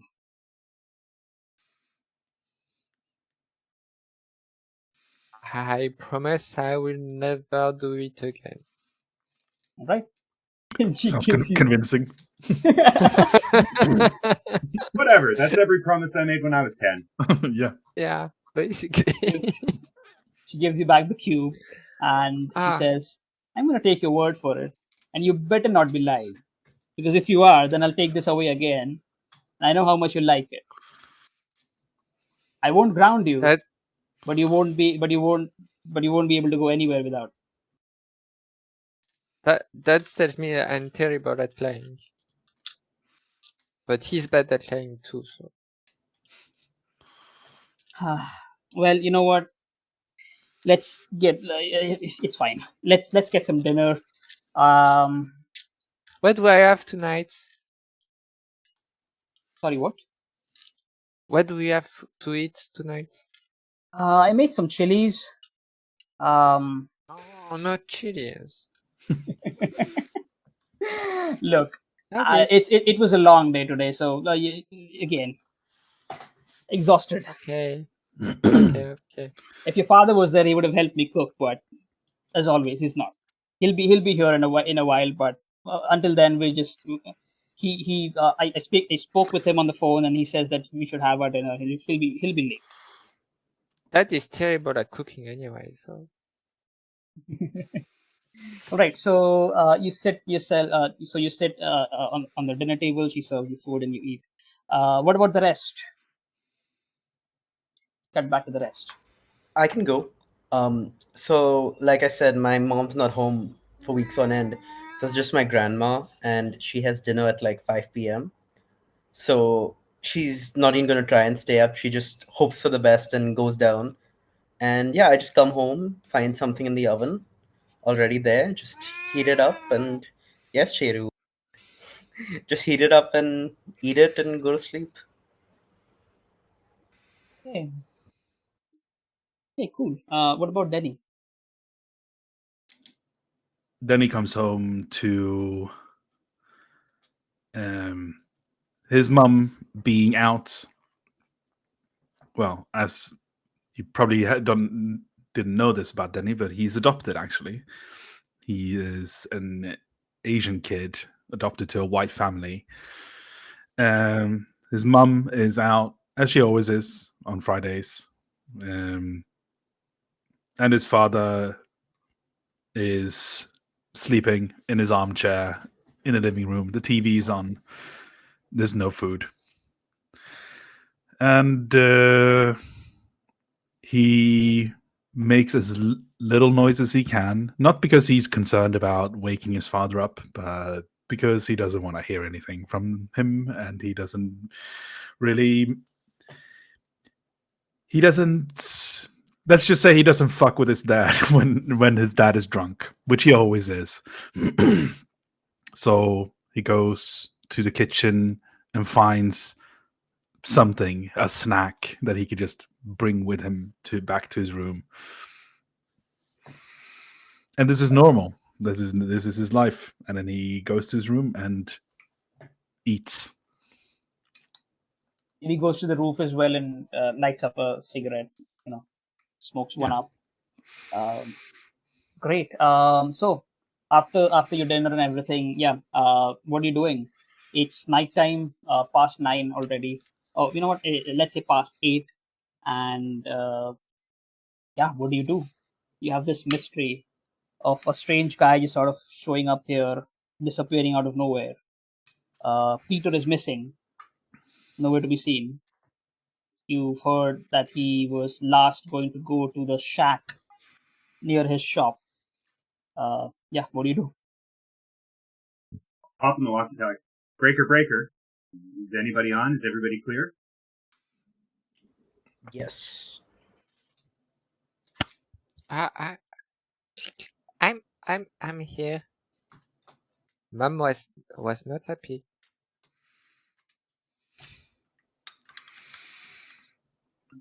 Sorry to hear that, Aurora, but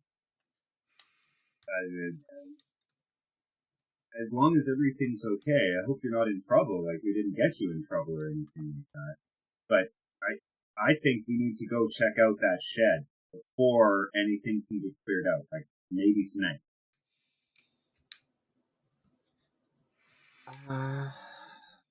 I agree. I'm not good at sneaking out, but I can try to find a timing. Well, give me and Nicholas a few minutes here. And talking to Nicholas, and possibly Denny. Can we get over to Aurora's house and cause a distraction or maybe help to get her out of the place? We can put a I trampoline have under her window and hope I for the have a best. I have a plan. I'm going to make a doll that is looking like me.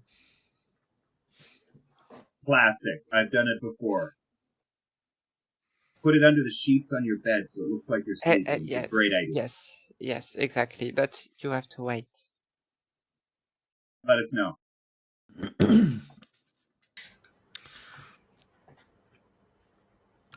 Danny just for the first time pushes the talk button and says, "I'll pick Aurora up. Meet you at the tree." The channel's been compromised. Go to the backup walkie-talkies. I just turn it off and I just. Yeah. That's fair. Denny seems to know what he's doing. We'll leave him, and I'll meet you at the tree. Okay, Nicholas? Oh, that was Denny. Wouldn't have guessed. Okay, see you there. All right. I have put no thought into how my parents are going to deal with this. I am going to try and just leave without saying anything. You trying to sneak out? Yeah. It's going to be a sneak check.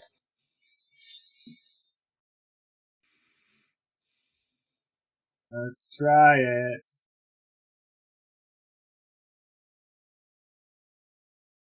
Ooh, no, nothing. Body. No successes. We're gonna If try. you have your luck, you can try to push, or you can try to use your pride. Oh, I'm gonna use my pride. Because my pride is helping out. Like I help out kids in the town all the time. One of my proudest moments was finding a lost kid who had got lost in a sewer drain and managed to find him using my computer terminal. So I go out and I help kids, and like that is, we're going out to stop Peter and save people from this Freddy Krueger dream monster MNFer. So yeah, I'm absolutely taking my pride to get automatic success on that one and just sneak out the back to my bite. Great, awesome. Automatic success, so you're able to sneak out without anyone noticing. Great. What about the rest? I don't think I need to sneak, right? Because the only one home is my dad, and he doesn't give a shit, and he's also asleep because he's in his drunken stupor. Right. Or do you disagree? So as you're leaving, as you're leaving, I'll say your dad sort of wakes up for a bit, and because you're not trying to sneak or anything, so he sort of wakes up for a bit and he looks at you, and he just says, just be home before mom comes home, or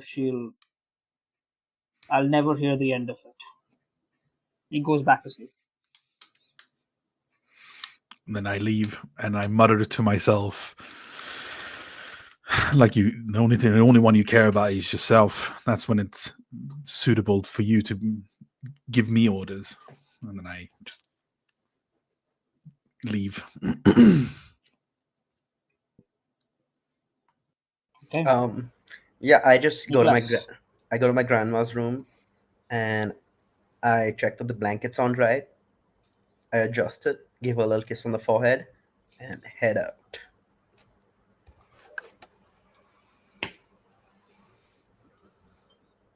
You're trying to sneak as well?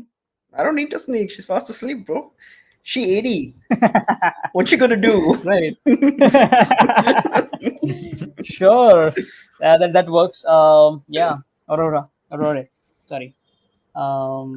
It's fine. It's my fault. It is a beautiful name, though. It is. Yes, it is. But anyway, okay. So Aurora is going to so is she's going to say I'm going to bed.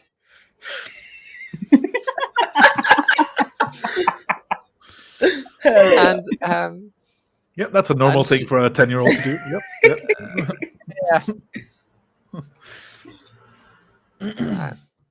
Okay. You just hear your mom say, "Okay, honey, I don't know why you're shouting it out loud. Just go back to bed, and that'll be here." He's not here. I spoke to him. He'll be a bit more late, but I don't think he'll be back anytime soon. So you go back to bed. You'll see him tomorrow. Okay. She's going to pick up a microphone, like kind of. So she's going to go to her dad's desk room and pick up some robots parts. And she's going to pick up like a voice module, like something that is going to use to make a voice. And then she's going to put out some pillow under the sheets of the bed and make the snide noise of she's going to record herself sneezing, like sneezing, snoozing a bit, and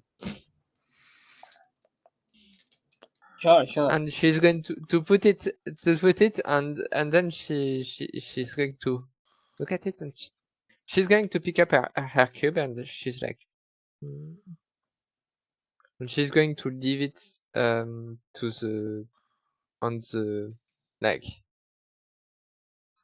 how do you say that in English? On the sides, on the nightstand, on the side table. yeah, on the nightstand, because it's what she does usually to, like, she's sleeping with it, like, next to it, and she's going to leave it there and not take it with her. Sure. And sure. then she's going to wait for Denny. And they need to show up. Great. You're leaving your iconic item there, okay? Just Yes, I am. That's sure. I know. Okay. I know. All right. Denny, you show up at Aurora's house. What do you do? Yeah, I'll just I mean,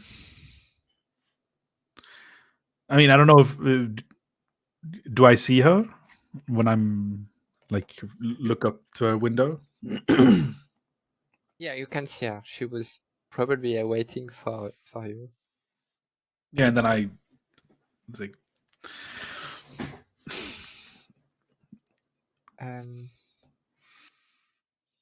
Okay, she's going to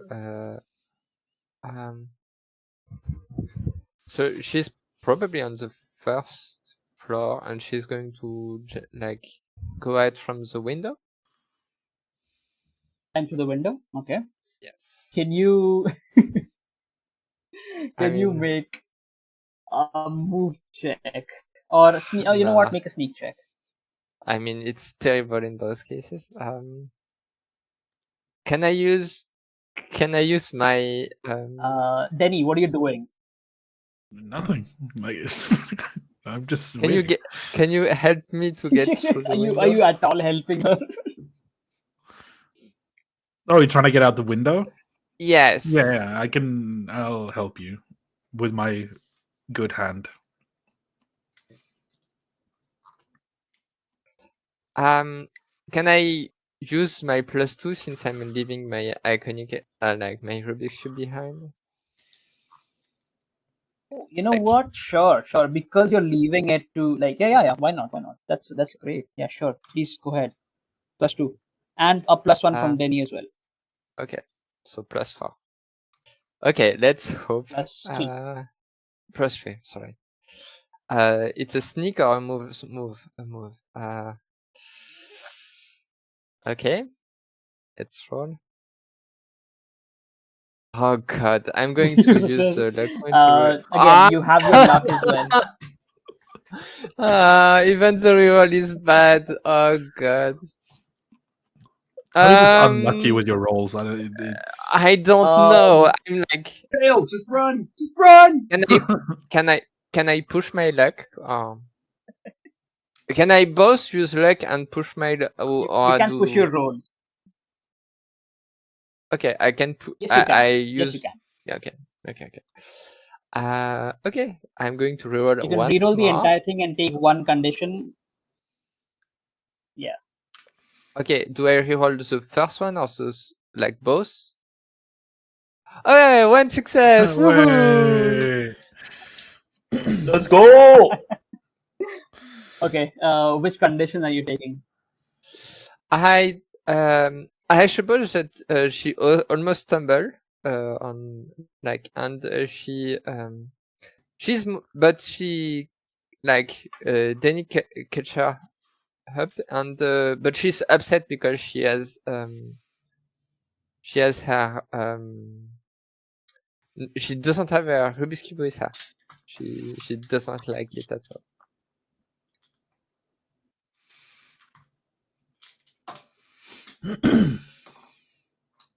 Upset condition. Great. Okay. That works. All Yeah. right. So both of you are standing one success. You're able to sneak past, and then he was able to catch you and everything. So yeah, you guys get on his bike, and you make your way to um, uh, the tree, right? Well, that's where you're supposed to be. Yes. Okay. So yeah, you make your way to the tree. Yeah. Once you all get there, what do you do? I assume Nicholas and I are already there waiting for Denny and Aurora to show up. Yeah. We're just chatting, eh, Nick? Like, just chilling, waiting for stuff to happen. Just straight vibing. So yeah, that's what we're doing at the tree. I've got the notebook and my personal journal. I'm flipping through the notebook, seeing if there's anything in this dream journal that might help us, might let us know anything that's in the shack, anything like that. So the shack is only used for by Peter uh, to let people know that, oh, this is where you want to leave your gifts, and once you leave your gifts, you go back to your homes and you forget about all of this. So that is it's basically a drop point for him. He goes there and he picks up the gifts and he goes back to his shop.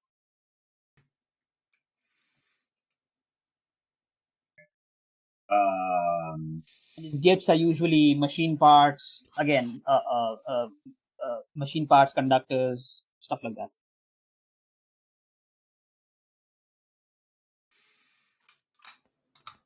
So what are we doing? Then he asks. Yeah, well, we're at the tree. Let's head to the shack, see if there's anything, any pieces or parts there, and maybe it'll let us know where Peter has, like where he's left this machine, where he's taken it to. Like, there's got to be something. Sure. Let's go. Right, let's head her. And we all know where the shack is, right? Like there were, like it was The an journal, address. yeah, the journal mentioned it. So right, so it has this very crude drawing also of what it looks like. But yeah, you get on your bikes and you make your way towards the southern part of San Ambra, where the shack is. The area is so some of the lights here are slightly dim and they are sort of blinking as well. So it is slightly less populated. Some of the houses here are abandoned as well, and you see some warehouses towards slightly towards the south again. But the shack itself, it is surrounded by two more houses which are abandoned as well. But yeah, that's all. Yeah, you reach this place and yeah, what do you do?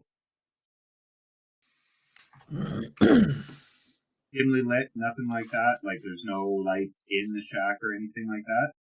No, the shack itself is abandoned. There are two houses right beside it which are abandoned as well, and the light post which is right in front of it is blinking. Can I can I notice if the blinking is follow a pattern, or is it random? Like is it Morse code or something, or is it just blinking because it's not well connected? Okay. Sure. Comprehend check, please. Sure.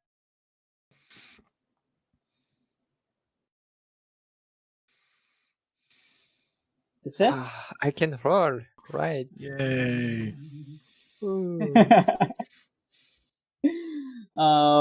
It's not Morse code. Yeah.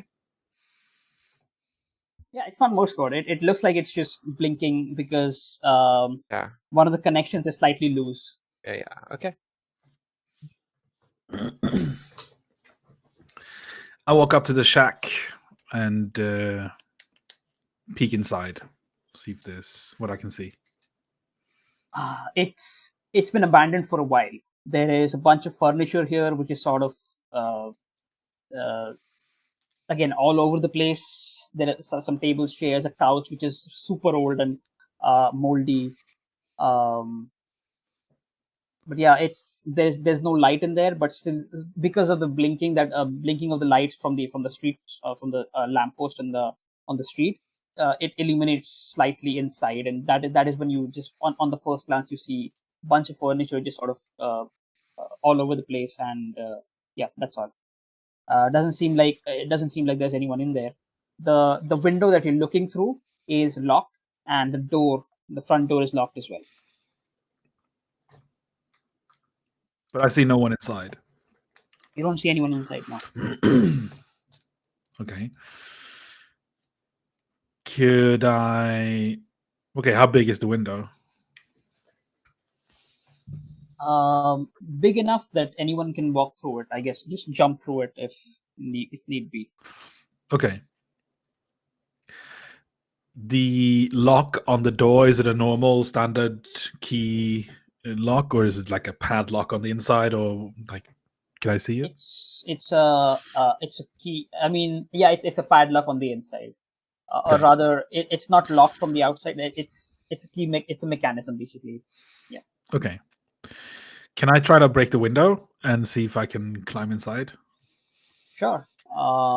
It's a force check, but if you fail, there's a chance that okay, you're already injured. um, Yeah. there's a chance for a condition here. You can choose whichever that you want, but if you fail this, you're gonna get a condition because it's dangerous. Yeah, please go ahead. Could I do it instead?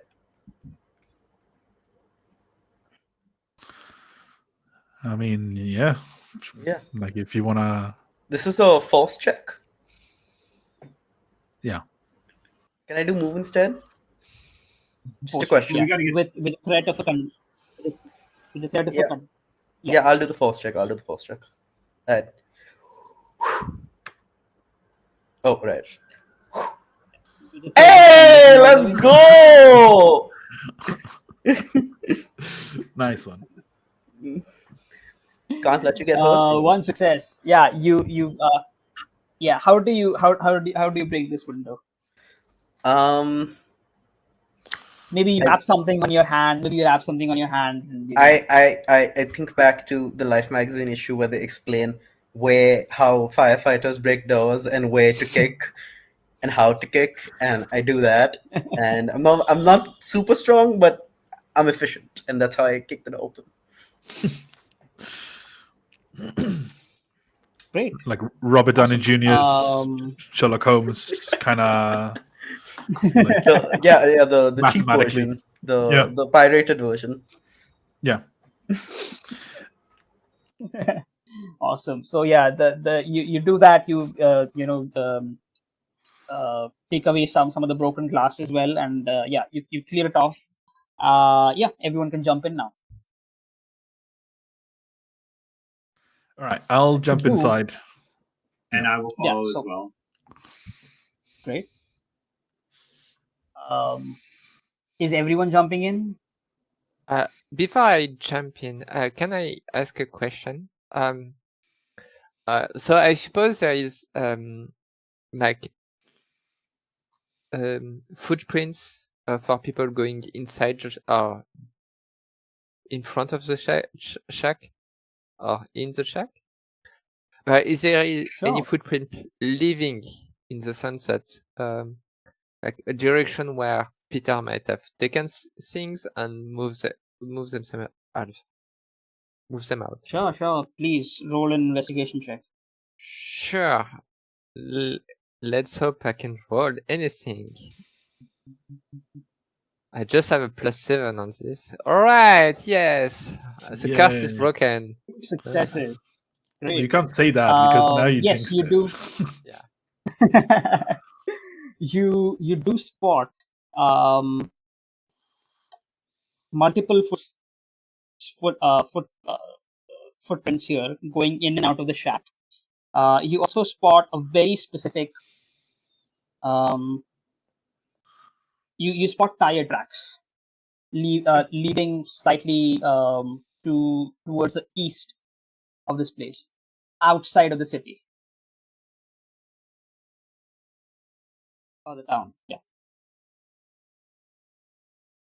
All right. Okay. Okay. And then she would jump in.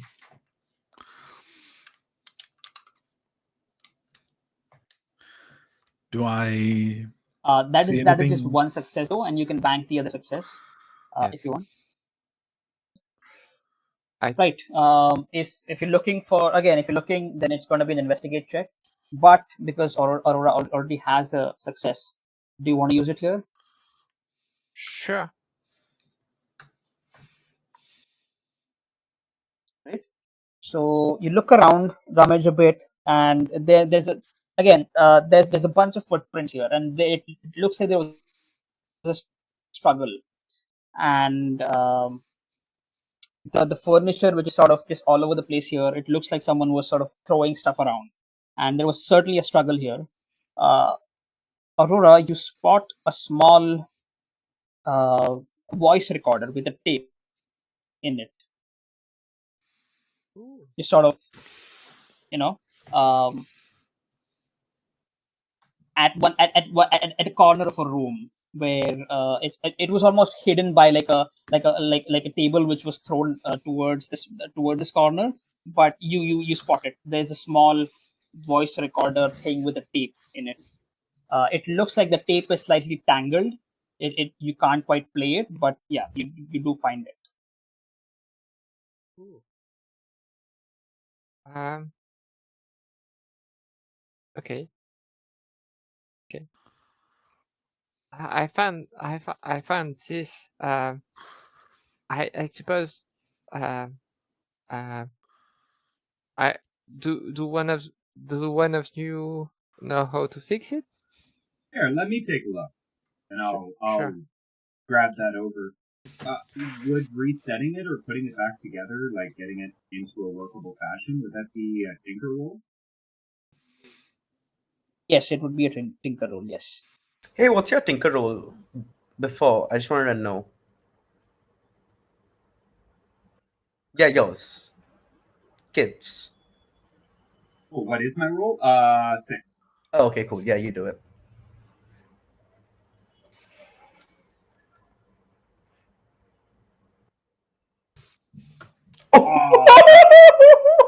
No successes, but I'm going to spend a No luck to do successes. Do you that. want? There we go. Okay. Yeah. Good stuff. One success. Great. So you put the reel of the tape back in, and you press play, right? And it is you hear Peter, or rather Denny. You recognize Peter's voice. You hear Peter talking as he's recording this thing, and he says, um, uh, "I know they're going to be here anytime now. I've asked Nicholas, that useless man, to accompany me in his sleep. Hopefully, he makes it here in time. If something happens to me, this is the evidence."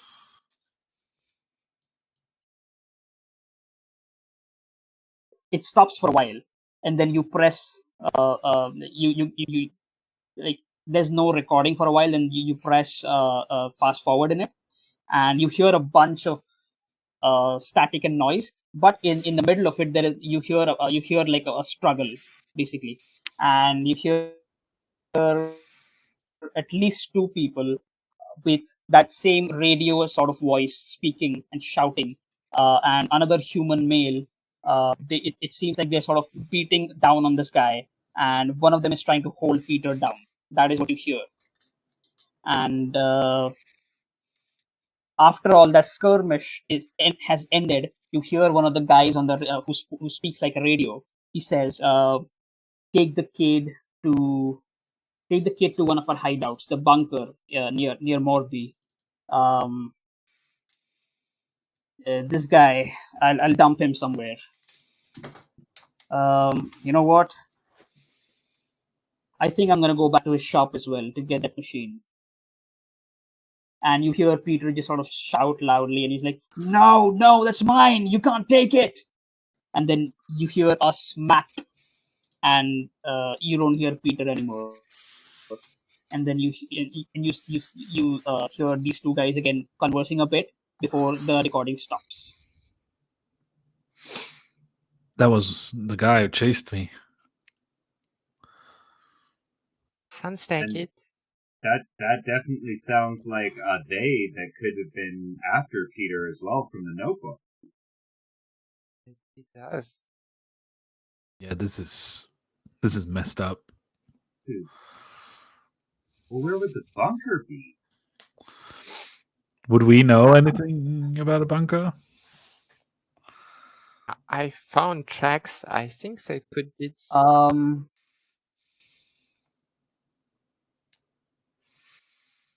Maybe we follow the tracks. Find tracks.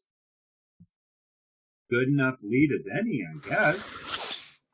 Yeah, I suppose. So Morby is another.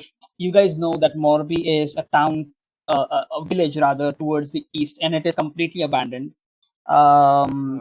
It was used as a refugee camp for refugees in the World War, but now it is completely abandoned, and there is a small bunker there, basically, which is also abandoned. So you guys can follow the tracks to this sort of small abandoned village, but it is almost like half an hour to 45 minutes away from here on bike.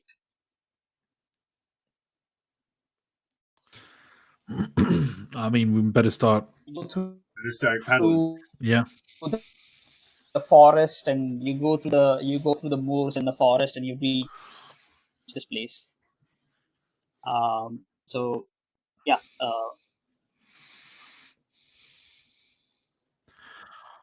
So you make your way through the forest and through the moors and stuff to get this place. You follow the tracks because Aurora already has figured it out, and she sees the tracks and she sort of leads. Denny is leading, and as she is behind Denny, sort of leading you, sort of following the tracks, right? And you reach this place, and you reach the bunker. It is this.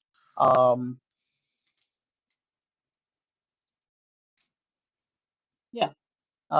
So you reach the bunker, and it is this gray bunker. It only has a concrete sort of structure, which is slightly odd. It's not like the usual rectangular structure that you see. It is slightly it is the walls are slanted, and it meets slightly in the middle, and there is a metal door in front of it, but it is fenced, and there seems like there's the camera which is sort of working and moving around, looking for any movement. What do you do?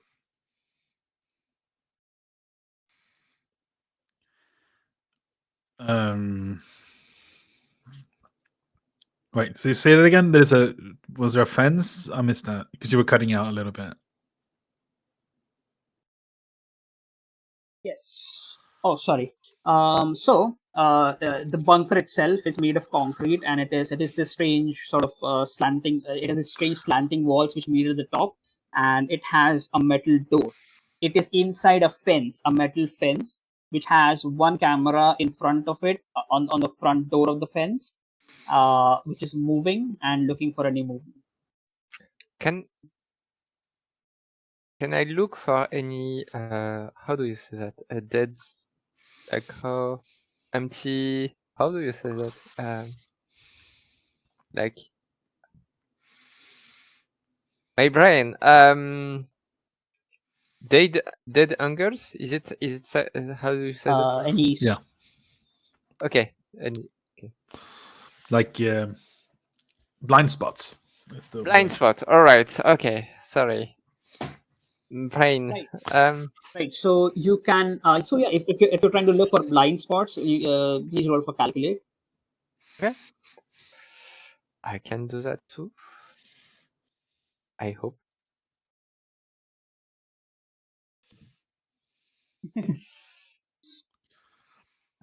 Yeah, I can Success. Great. roll. So you you're able to. Yes, you're able to figure out, the motion of this camera, and through figuring out the motion of this camera, you're able to figure out the blind spots where you can, walk through to not get caught in the camera. So yeah, what do you do? We're gonna Yeah, follow if you go, Aurora. we move here, and then I'm not useful anymore. And then I don't know what to do about the fence. Is the fence locked or like are there any? Doesn't look like it is. The fence door is closed. Okay. There is, however, Are there a any? car here that is parked inside the fence.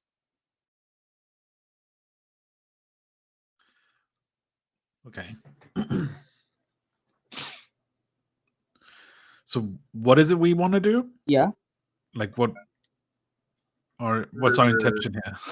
Yeah, we're here. We found it. We're looking for either the bodies or would we be able to know if the car itself is about the same size as the tire tracks we saw? That's some pretty Yeah, advanced investigation. no, but we follow the tracks to here, so I think like Oh, okay, yeah. We'd be able to point it out to. Oh, yeah, probably yeah. that vehicle over there. We could try getting into the bunker, but if it's like closed and whatnot, I say we just sort of like wait here and see if someone comes in or out. And it's also probably dangerous in there. Like that's what I'm concerned about. Exactly. We're just looking for Peter.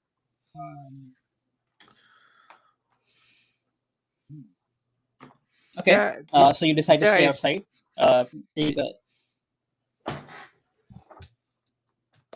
Peter is probably Peter is probably stuck inside. They captured him.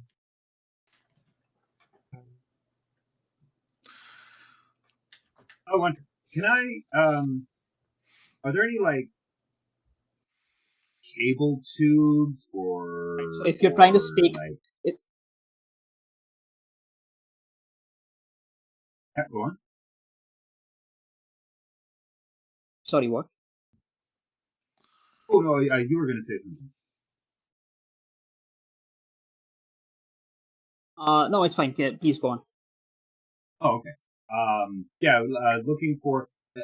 I want to see if I can plug my terminal into something that might like a feed for the camera, or maybe like the computer system in the bunker or anything like that.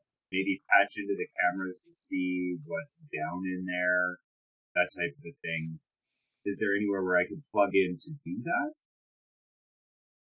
Not outside, but there seems to be some sort of a control panel near the bunker door.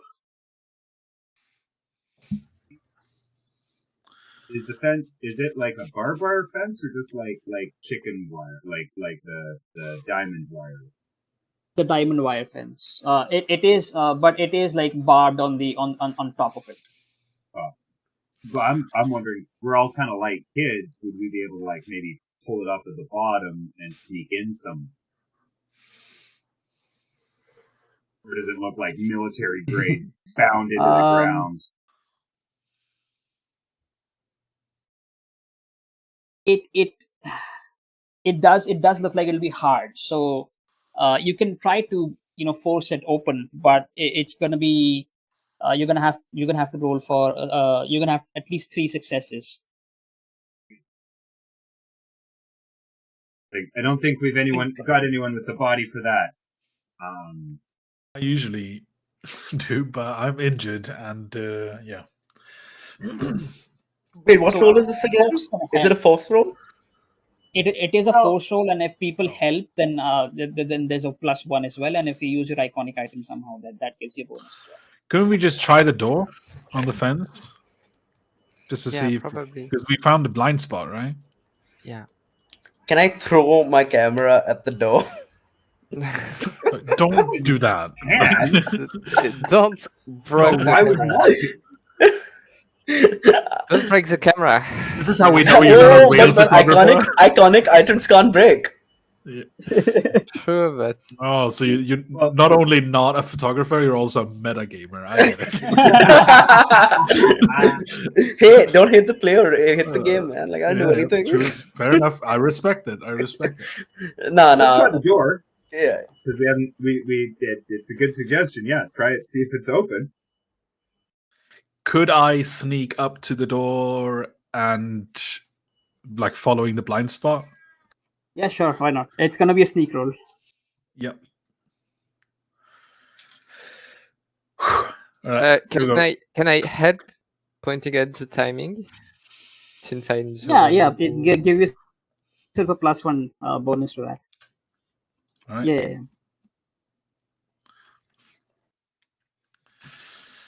One success. Great. So you sneak up to the door. It's not closed. It's not locked. It's just closed. You open it and you're able to walk inside. What do you do? I shit. In front Yes. of you, there's a car. There's a car, and the bunker door is there's the bunker. It has a metallic door, iron door, and right beside it there's what looks like a control panel. Can I walk up to the control panel, see if I can make any sense of it? I'm not a techie, but All right, I'm back. Sure. hi back. Never gets old. Never gets old. Never. Sure. It's going to be a program check or a calculate check, either whichever one you prefer. Yeah.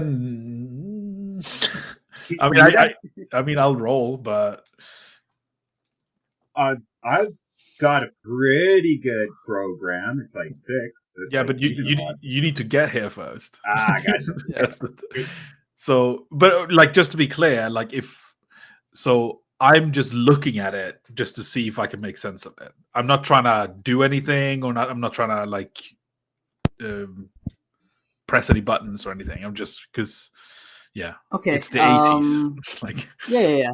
I understand. So you know what? Just make an investigation check. okay. It's equally bad, but just I don't want to make it so that no one else can roll a program check later, if you know what I mean, because I just want to make it clear that I'm not trying to mess with it. I'm just I understand. Right, I got nothing. Anyway, you cannot make sense of it whatsoever. There's a lot of blinking lights and there's a lot of number on it. Looks like there should be some sort of a security pin for you to walk in, but you're not quite able to figure it out what it could be. Okay, so we need a techie. I'm trying to like. I'm gonna walk back to the fence, and I'm not gonna like, stage whisper. We need someone who knows tech and stuff to look at this panel. Could I do a comprehension check based on what he told me? Sure. Sorry, didn't mean to cut you off. Please finish. Oh, I was going to say, like, that's me being a techie type of person. I just don't know if I can sneak up there. I mean, we can, like, I can help, and then you can, like, all right, I can help too. Let's try and I'll try and get up to this place where Denny has gone. I'm bringing my terminal with me. What do I need to roll? Sneak? A sneak check +1 as bonus. Let's go! Hey! Oh, God. Yay! Okay, so With an extra success, you can help yeah, with an extra success, you can bank it, or you can help someone else succeed as well. Help Aurora. Yeah, okay. Yeah, I'm going to use that success to help Aurora to sneak her up here too, because I think she's smarter than I am. I don't think she's not as good in tech. Can you can I use investigation since it's about, or calculate since it's looking at the pattern of the camera instead of sneak? But it's a guaranteed success. You may as well use sneak to get in. Yeah, if you just need the one success, I can Yeah, get it's you. guaranteed. Yeah. Oh, okay. So you get me there without a roll. Okay, so Yes. I'll roll sneak 2 then to get in. No bonus. Eesh. Then you just look. Then you just look at everyone making their way towards you when you just ask for one techie. Yeah. Everyone is sort of Like in my mind, I'm like, I we mean- could have probably turned off the camera from the console. We don't Yeah, need all of us. but Should I We're Voynich, great escaping it. can I use a point of luck to reroll? Void? yeah, sure. Yeah, okay. Oh Yeah. my Can you hear me? god. Yeah, Push yourself. Push yourself. You got this. Can I You push? got it up Is there. that still an option? Can I yeah, take it's, okay, I'm gonna take the exhausted condition and push It myself. is, but so here's the thing. Here's the thing. You didn't roll. You didn't. Okay, so can you? So there seems to be some sort of a lag between you and me. Let's see. Can you hear me now? Yeah, I can. Okay, cool. So you didn't add your bonus dice, which Aurora gave you because she calculated the blind spots, right? So roll 2d6s Okay, 1 second. because you left those bonus dice from on both of your rolls. Okay. Let's see if you get a success there. Nope. If not, then you can go ahead and push. Nope, yeah, I didn't get it. No successes. I'm a push. That's like So I 12 roll again? dice with no successes. Push, sure. You roll again and you take a condition afterwards, whether you Okay, succeed yeah, or not. I've taken Remember, the exhausted. but you get an extra die still on this one, just so you yes. remember So that. 6 dice. Yes. Okay, I'm just gonna roll the. Yes. Okay. Oh, by the way, don't roll before. Just roll before. Take the condition. Oh, I got it anyway. So yeah, I got it anyway. Good. Anyway, you Nice. succeed. So yeah, you got it anyway, so it's fine. Yeah. All right. Yeah. Sure. So you make your way towards these guys. How do you push yourself in doing this? How do you push yourself in sneaking?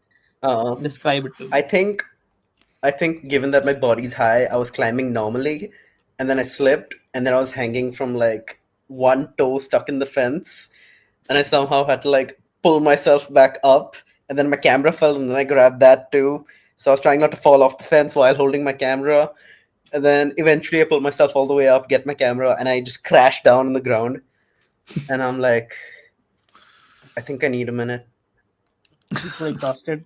Yeah, very It is exhausted. also funny because the rest. Yeah, it is also funny because the rest of the people, they walked right in through the door, and you're the only one who was trying to climb the fence.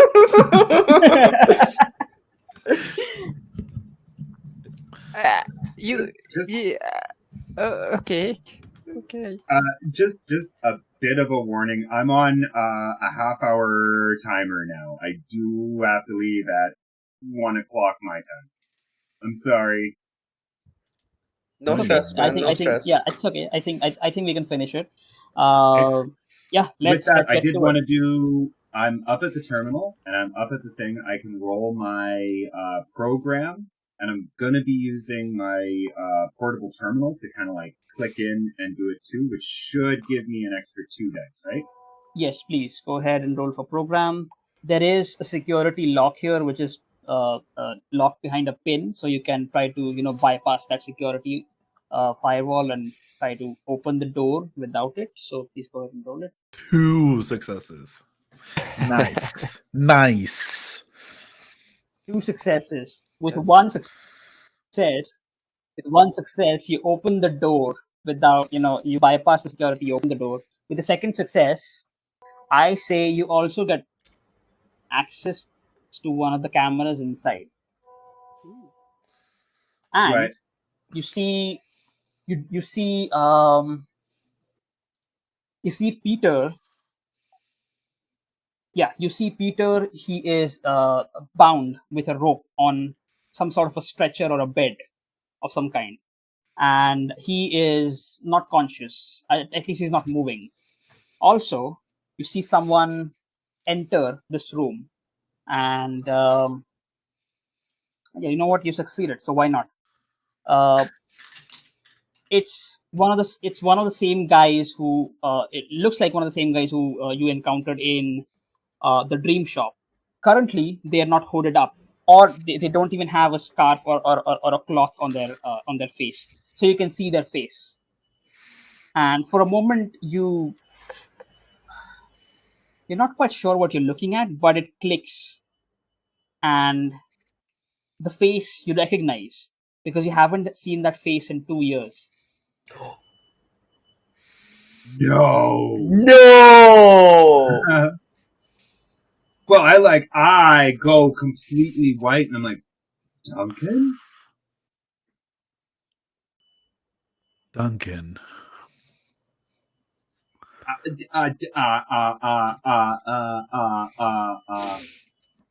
We got to go in there, guys. I'm going to find my brother. I Yeah, follow. let's go. I follow. Yeah. Sure. Oh, I don't think we've opened the doors yet, and Well, I don't know how useful and discerning I'm going to be from this point forward. you did bypass the security, and the door is now open. Oh, okay. So yeah, you see the locks just sort of click a bit, and it opens up. It's not like it doesn't like swing open, but the lock is open, so you can push it open now. You can see the click. Well, yeah, I've got my stuff, putting it in, not even thinking straight, headed into the facility. Right after. Yeah, I'm heading into. And you're not trying to sneak whatsoever. No, well, I'm not. I do Well, not have that kind of presence of mind. Wait, and I think we are pursuing Kit. Right. I suppose. So no one is sneaking. Right. Just Fuck I that. feel like it. Gangster I feel- shit. Let's I go. feel like it makes very little sense if one of us is not sneaking, and Yeah. the only thing we'd do could be slower and put them in more right. trouble. So as you barge in and you somewhat figure out because you got access to the cameras and stuff here, you sort of figure out which room this is. So you walk in, and the bunker has these very strange old World War II lights or whatever, which are like covered through a bit, and they again they blink a bit, but they go back. But yeah, you're not focused on them whatsoever. There's a long hallway which leads into a room in front of the hallway, at the end of the hallway, and one room at the towards the right of the hallway. And it looks like there is a staircase going downstairs at the left of the hallway. So you know that this camera was in the basement. You just headed there, right there, right?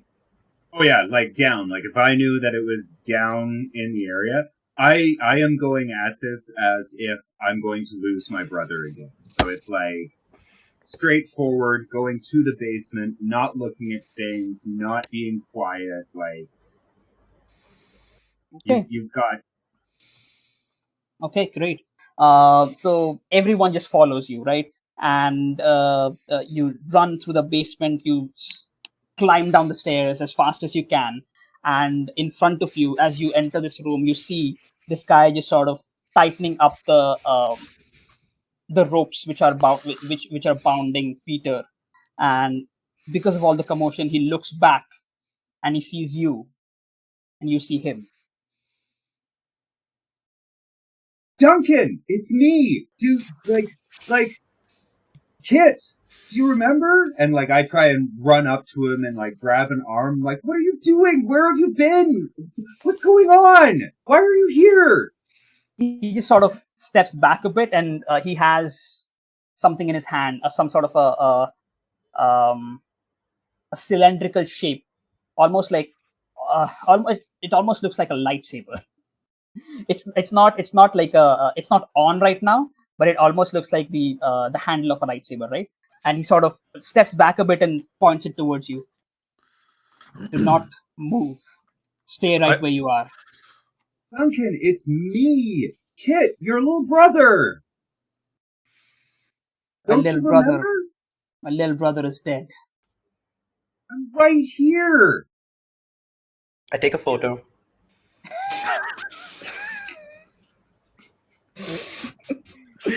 I'm not even trying to be funny. Genuinely, I take as many photos as I can with the flash on. Yeah, go ahead. Sorry. No, go ahead. I was just gonna say I'm gonna walk up and like stand like halfway between, like covering Kit. Duncan, listen, what are you doing here, man? Where have you been? You see him hit a switch on this thing, and you see this sort of a plasma light just sort of come out of this thing like a lightsaber. It's not quite a lightsaber, but it does kind of look like one. It looks like a baton, basically. It looks like a blunt weapon, right? And it sort of enlightens the entire room. And he's like, and he says, "Look, I know I look like your brother, but I'm not. My little brother Kit, he's dead, and I'm not from here." And now that you have, now that his face is slightly more, and slightly more in the light, you see his eyes are slightly weird. They're slightly more yellowish. They're slightly more bluish, which your brother Duncan didn't have blue eyes, and he has different eyes. So he's like, yeah. I know I look like him, but I'm not your brother. If you're not Duncan, why are you wearing his face? You're Duncan. You've got to remember me. At this point, he's going to say, look, you're not supposed to be here. You're not even supposed to see me. This is all a mistake. And he looks back. He takes his he takes the thing that he's holding in one of his arms, and he takes his forearm to his mouth, and he says, "We've been compromised. Take the machine. Get away. Retreat. We cannot stay here anymore." And he says, "Now, I'll ask you kids to get out of here as soon as you can. This is not where you want to be." I'm not leaving without you, Duncan. I run away. What the hell? Okay, I would follow your friend if I were you. Look, I know that I look like your brother and you look like mine, but I saw my brother dead in my arms. I'm right here, Duncan. I don't know what's going on. I don't know what's happening. But just come home with us. We can fix this. This is not home. And we're going to enter into an extended trouble here. What an extended trouble is this at the climax, at the showdown of this of a mystery. The kids try to formulate a plan and try to get out of a situation, get out of this trouble, basically. In front of you, there's a Duncan lookalike who says that he's not from here and this is not home, and he's going to try to attack you. So how an extended trouble works is, yeah. Sorry, I just had a question about the layout. The room we were in didn't have any more rooms after it, right? No, it's basically a basement. There is only one light sort of So suspended. it was a dead end, right? It was a dead end, yeah. Okay. So I just want to establish I didn't run away because I'm a coward.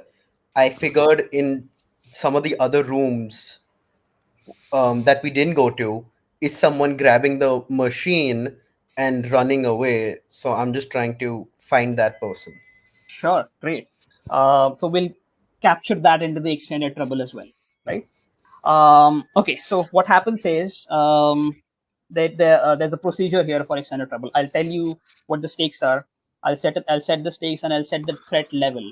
Okay, what a threat level is the number of successes that you need to hit in order to succeed on this extended trouble. It is usually twice or thrice the number of kids present. Right now, it's going to be 3 times the number of kids present. So you need 12 successes to succeed in this extended trouble. Okay. Each and every kid tells me what they're going to do in this extended trouble. And they try to fall, and it's fine. It's fine to meta here, and you can use your because you are at a point where this is a one and done deal. So you need to use your best skills to get out of this trouble, and you need to describe to me how you're using your best skills to again get out of this trouble, or sort of nullify, or what you're trying to do to succeed here, right? So you need to do that. You need to formulate a plan. You need to tell me what each of you are doing in order to get out of this trouble, get out of the situation, and then all of you roll. You get to describe what you do, and you roll one by one, and we add your successes to see if you reach that threshold of 12 successes. Right. Oof, this is going to be rough. So If the you threat is that Duncan lookalike is gonna attack us. That's the threat. Yes, Okay. and also the dream machine. You heard him you heard him say that take away the dream machine and escape. So the dream machine is going to go away. Whether you take it that as a threat or not, that's up to you. But yeah, that is also at stake here. And of course, Peter is lying down there. He's unconscious. But the clear threat here is Duncan has this sort of lightsaber, baton, blunt weapon thing, and he's going to try to attack you. So after rolling, we try to check if you reach that threshold to succeed. Now there are multiple ways that you can succeed here. You can either half of this threshold, that is 6 successes. If you hit success, if you don't hit 6 successes, that is if you have less than half of the threshold, you fail entirely. Okay, this is a complete failure. You don't succeed on whatever you're trying to do. If you hit half the threshold, that is 6 or more, you succeed with a consequence. And if you hit 12 and more, you succeed at everything that you wanted to do.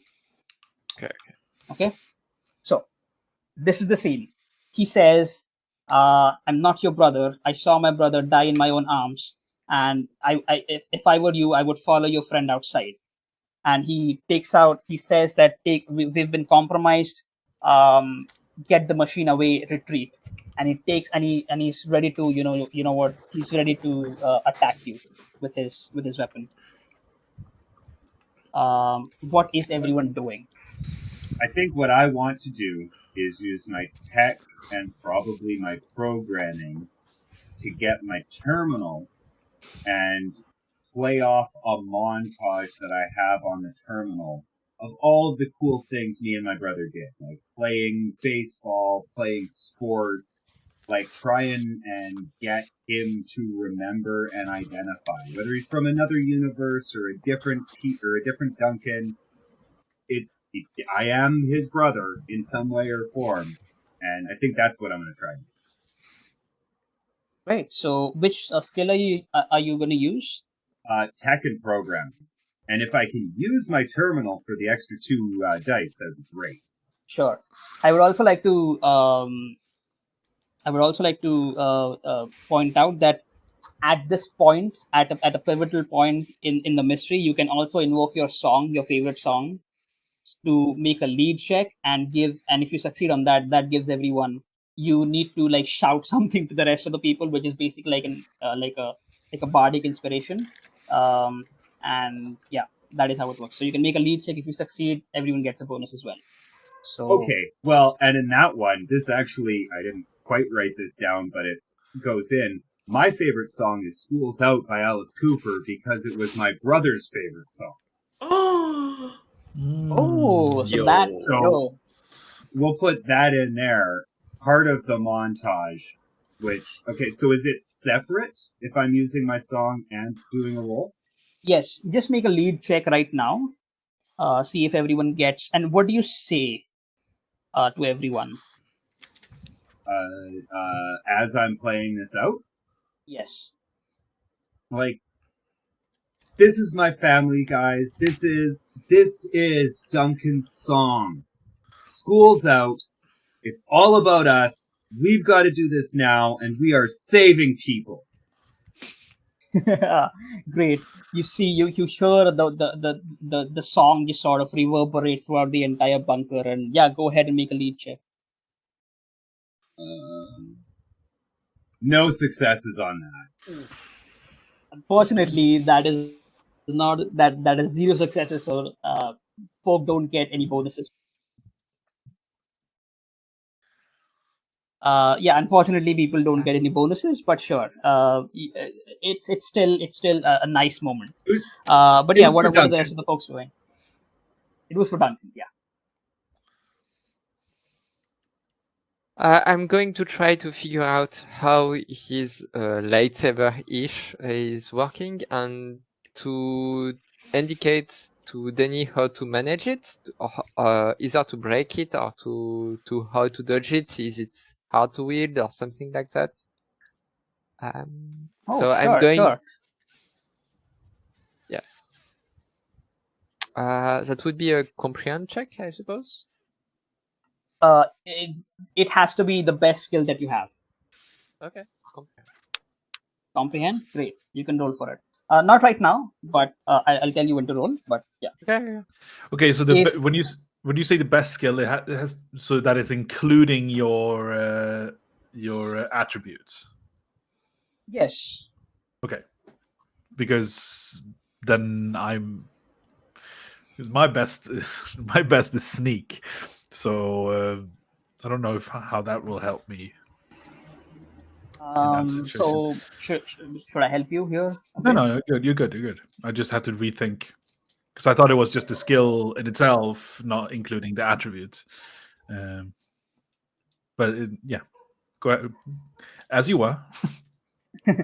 So Aurora is trying to tell you how to maybe neutralize his weapon, right? Maybe you can use sneak to because Duncan is going to be distracted by. I have it. Sorry to interrupt you, but Yeah, sure. could I use sneak to try to disarm him while he's being distracted by Kit's montage? Yes, of course. Oh. Jesus. And okay, that's what I will do then. I will while everything like the beginnings are happening, I'm like sidestepping and then trying to get around him to get closer to his arm that he's holding this thing in, and then I'm gonna try to disarm him. Sure. So that's and what is Nicholas doing? I've run up the stairs and I'm at the part where you said the room split, Yes. and I'm just trying to look for any signs of people, whether they're So you see one of the doors is open, and there's this guy inside with the large machine, and he is this large guy, almost as big as, I don't know, the largest guy you've ever seen. And he takes the machine and he just sort of picks it up like it's nothing, right? And then he looks at you, and he's going to, again, yeah, he spots you as you're walking up the stairs because the doors are open. And yeah, that is what you see. What do you do? I'd like to. Okay, this is what I want to do, and I want to tell you why I should use this skill. I want to throw my camera as hard as I can after using investigate to find a critical spot that I know will damage this person. Given that they're part machine, there should be some sort of weird hinge or shattering point I could throw the camera at to at least have a chance. I don't need to win. I just need him not to be able to take the machine away. Okay. So, Sure. can I roll Sure. investigate with +2 for my camera? Yeah. Why not? Hell So yeah. yeah, we will go back to, again, the time sort of stopped as you guys were formulating all of this. So we go back, and you see Duncan just sort of there holding his lightsaber kind of thingy weapon, right? And he's looking at this montage that you're trying to play for him. And yeah, so what as you do, what do you say to him? And after you describe what you say, give yourselves a little scene, and after that scene, you're going to roll for your skills. So go ahead. You're muted, by the way. You're muted. Thanks, guys. What I'm going to do, as I've got this open, I'm doing the classic, like, pleading for the inner person. It's like, I don't know why you don't think I'm your brother, why you think I died in your arms, but you recognize me, you remember me across some worlds, you know that I'm Kit. I am your brother. Don't you remember all of these things we did together? And show him the playing ball, having pets, meeting friends, going to school the first day, those types of pictures and stuff like that. And he Nice. as he's moving forward with his weapon, he stops for a while when you say that, and he has this very nostalgic look on his face, and he snaps back from it, and he's like, no, there is a you don't understand, there's a larger purpose here. You weren't even supposed to be here. Why? And he starts, and he's going to go back into a state again where he's again moving towards you with his weapon. So yeah, go ahead and make your roll. 2. Let's go. That's a start. Nice. That's a start. 2 successes. Does anyone have Actually, their pride left? Can I use? You can use your I pride have here to one- get an automatic success. I have one luck left. Can I use that to see if I get better, and just take that roll? How luck works is, if you get a worse roll, then that is what you're going to take. Yeah, I figured. Oh, this is risky. Probably I not. love it. worth Do it. Like, Do it. Do it. Two, Fuck yeah. 2 is pretty good. 2 is pretty good. Okay. Oh, That's right. Let's Okay, go. okay. Oh well. I love that Amelia had to speak up as a Nothing won, nothing lost. statistician. Sorry, I was like, sorry. It's like that problem with the 3 doors, right? Like it's not behind this door, so which one do you switch? And, yeah. Anyway, But that only works because he knows what's behind the doors. Yes, exactly. Yeah. But anyway, okay. All right. Yes. What do you do, Aurora? Give yourself a little scene before you roll. Okay. The first thing that she's going to say, she's going to observe like precisely the lightsaber and look at it out, like thinking about internally. She's like visualizing how it can work and how it can move some of this part, and she's like, she has this scene like she disassembled it from in her head, like she's like like a Jedi. yeah, probably like a Jedi, and she's like, oh, okay, I want to ask him how he's Kelly. You need to break it on the pommel, like just a light hit on the pommel. And she's going to roll, I suppose. Sure, go ahead. Come on, you can do this. Let's go. Comprehend, yeah. You got it. Oh! Use luck. Just use luck. I'm going to reroll. Okay. Hey! Yeah. Like the 12 success are out of this world, but Yeah. Let's go. I mean, I guess it's me now. 2 successes. All right. So You need 2 more successes to at least hit the success with consequence threshold. Yeah, But yeah, go ahead. no pressure at all. Denny, what do you do? no pressure. All right.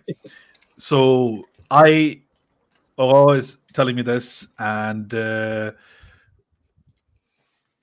I all the while like sidestepping like slowly and without drawing in any attention. I will. Okay. So how does pride work in this scenario?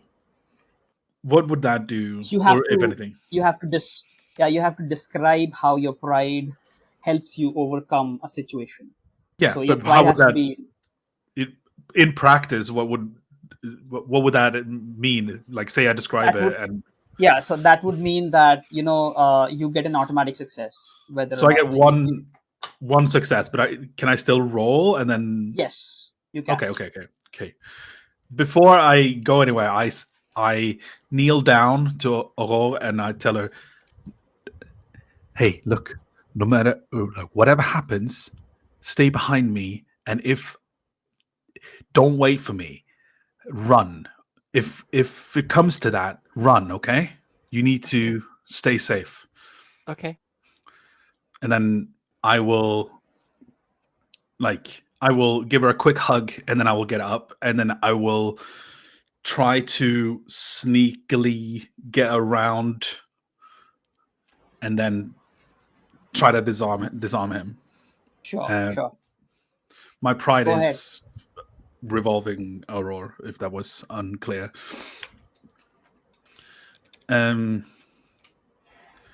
So sneak. I'm injured and I have no luck. Automatic success, and you can roll sneak again. Okay, that's 2. Okay.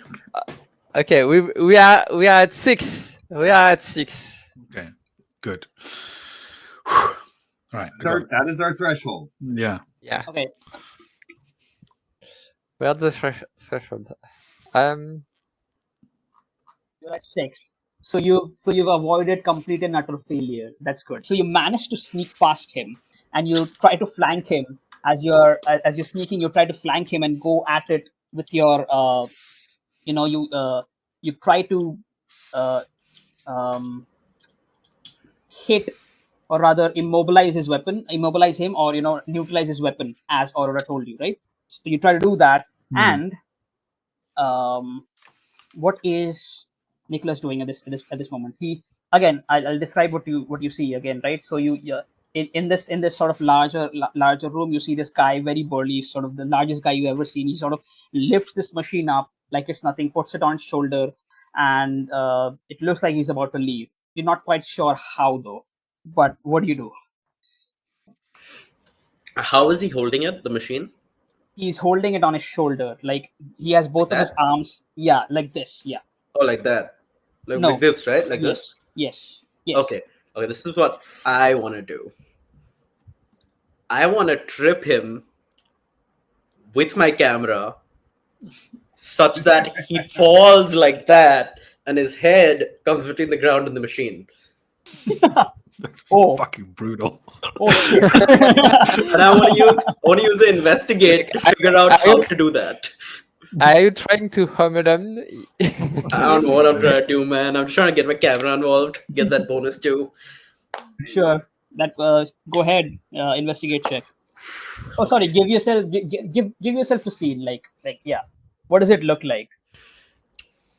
I look at my camera like I'm holding a baby kitten, and I look it deep in its lens, and I think there's no point to chronicling everything if you stand up for nothing.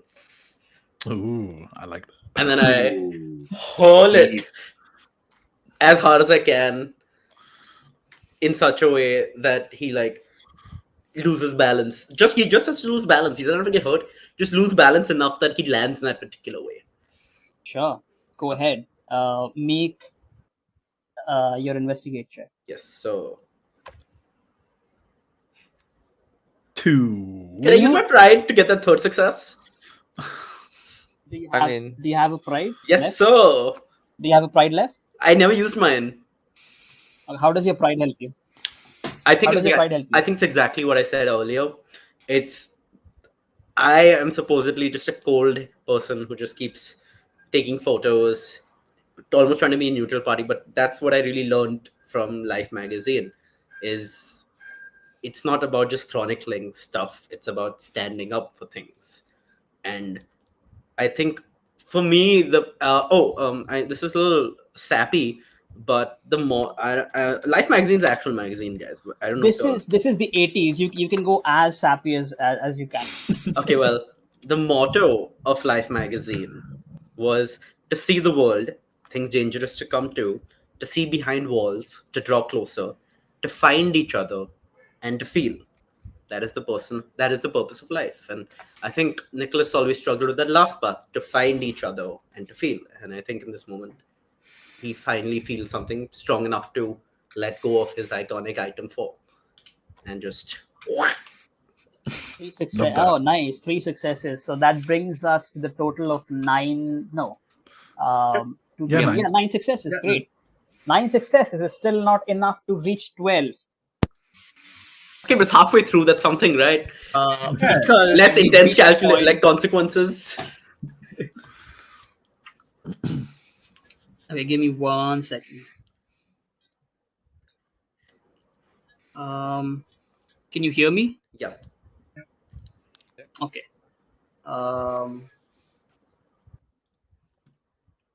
Yeah, so something happened. I don't know why my earphones aren't working. Anyway, I'll try to listen to you guys with my laptop speakers, which are really bad. Hopefully, there's no echo. So what happens is by now, you can still reach that 12 success threshold, but you will have to take one condition for one success. And for each condition, describe it to me how you get that condition. Oh, for me, I am bawling. I am upset. Upset is what I am going for. This is my long lost brother. This is everything that I have been searching and hunting and putting pieces together for and stuff like that. So like this is breaking me at my core. There's one success. I also take the upset condition. I look at the lens shatter and remember all the times I polished it. Then I look at the camera body shatter and I wonder if I will ever have a camera again for the rest of my school life, given how hard it is to get things to this island. Yeah. And then just when I think it's okay, I see the film shatter and tear, which means I can't even recover any photos. So I'm very upset. Can I? Oh no, I can feel so bad. Can I ask what does broken mean as a condition? Like, Right. So broken condition is something that you get when you get all 4 conditions. That is upset. oh, scary, right. Yeah. Aurora is going to be scared, very scared, because she's not. She's a bit scared for herself, but mostly for Danny, because she's worried that she might get hurt even more than he is already. Great. What about Denny? You want to use condition? By the way, we've reached 12 Yep. successes at this point. Yeah, we reached 12. yeah. I already have one. Yeah. I have two now. Yeah, I have two. I'll describe to you what The reason I said Now- no is because we have 12 already, and also there's none of these are very cinematic to what I'm doing, really. So because I'm not doing something really Yeah, cinematic. you just got pickpocketing the guy. Yeah, then I'm like, oh, I'm so exhausted. Like it doesn't really, like, Like, We've stop complaining. injured your hand. We've Yeah. got you to do all of the heavy stuff and the heavy lifting, breaking windows, putting people through windows. You can be exhausted. Starting fires Yeah, yeah. in trash I'm cans. exhausted as it is. I was going to give myself the exhausted condition anyway, but like, yeah, so I might as well. Like, this was the Right. last straw. We can say that. Like, this was the last Yeah. straw that made me like, I got it. Hopefully, like, or So what happens with you, Denny, is like, you know what? You're able to sneak through, but once you get closer to him to get to sort of neutralize his weapon, he spots you and you get into a bit of a tussle. I think that is when you get that exhausted condition, yeah, right? You're able to neutralize his weapon. So I'll tell you what happens, right? So this is still a success with a consequence, even though you got there with conditions. The result of this extended trouble is still a success with a consequence because you didn't get well with your rolls, right? So you do succeed on whatever you're trying to do, but there is a consequence here. So what happens is, again, bringing it all together. You see Kit just sort of bawl his eyes out as he's sort of trying to reach out to his brother to remember him, to remember the times they spent together. Like, what's going on? What's happened to you? Why don't you remember me? And he's playing this montage in front of him, and you see his brother Duncan just sort of stop for a while, and then he goes on this rant that there is a greater purpose here. You don't understand. You weren't supposed to be here. This is not how this is supposed to go. And at that point, Aurora uh, uh, uh, and Denny, you have this conversation, and Aurora is slightly scared of what's going to happen. And Denny, you try to sneak past him, and when you reach him, he sort of gets back into whatever his emotions were right before he sort of stopped there and got into this got in this sort of nostalgic place. He snaps back and he looks at you, and you get into a bit of a tussle where you try to get that weapon away from him, and you as instructed by Aurora, you hit it where you switch it off basically, and you neutralize this weapon and you try to get it away from him, and you succeed in doing so, and you land a punch on him, and he sort of is knocked back, right? And he's knocked back and he's knocked into where Peter is, and like Peter is like already unconscious, so he's knocked back onto that stretcher. And in that moment, we cut away to Nicholas as he's running away from this, and he looks at this. He climbs up the basement, and the door is open, and looks at this big, strong guy just sort of take up the dream machine and put it on his shoulder, and he's trying to leave. He takes his camera and he figures out where to hit him, and he throws it at him. And you see this guy trip and fall, and you succeed at what you're trying to do. He falls so that his head and the machine, you almost see him. He goes into his pocket, and you almost see him take out some sort of a device. But because he falls down, the device also falls down with him, and you see the machine sort of crush his skull. I'm sorry to get this graphic, but you see the machine. It's a large machine. You see him crush its skull, and he almost like he goes unconscious then and there. But the device that he was getting out of his pocket is also crushed with him because he's a large guy. That is the consequence for you. But as Duncan is sort of pushed back onto the stretcher, he finally says to you, Kit, he's lost, and he's like he has nothing now. So he's like he's going to look at you, and he's like, you weren't even supposed to be here. Forget about me. Forget this ever happened. You will never see me again. He goes into his pocket and he uh, opens up a device. He takes out a device and he clicks some sort of a switch, and you see a white light surround him. The entire room is you're essentially blinded by it. It's like a flashbang to your eyes. Yes, and the entire room is sort of engulfed into this white light. And for a moment, again, you're blinded by it, and you avert your eyes from this light, and after a moment, after like a brief second, it goes away, and you look at and you look towards where your brother was, Duncan was, and Duncan and Peter, both of them have vanished.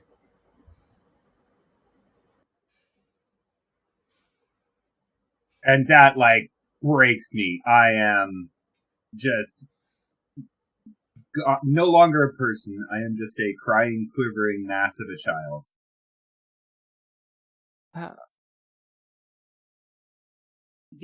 All this chaos sort of settles in, and there is an eerie silence in this bunker now, as you hear Kate just sort of, I don't know, you slink down on your knees and you're crying, I guess, at this point, and you only hear Kate's sobs as the entire bunker goes into this very eerie silence, like something you did succeed on what you were here to do, but you also lost something here. A win with a loss. What did we succeed on? Like not letting them get the machine, I guess? Yeah. Yeah, probably. Oh fuck. I hate You got the dream machine now. Void, I think you were harsh, man. I think this was like this is almost what was the bad ending? It's fine. It's really bad. It's really bad. Let's not get there. Let's not. That's a strange place to go to. Damn. Yeah, this was wild. Okay, so what do you do? After all this, I will ask, because it's getting late. I will ask for you to, set up a scene here where all of you sort of come together. What do you do? What do you say? And do you go home? What happens? What happens like a bit into the future? How do you cope with this? What happens? Let's end it here, I guess. Have ourselves a little epilogue here before we end it. Aurora is going to kneel next to Kit, and she's going to say, you want a hug? You want a hug?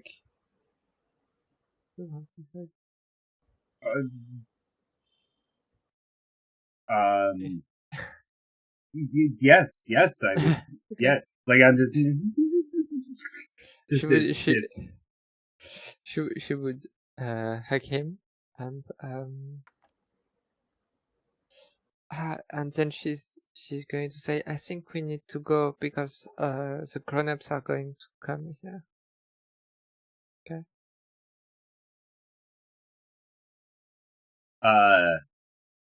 For mine, Kit will take this, and he kind of like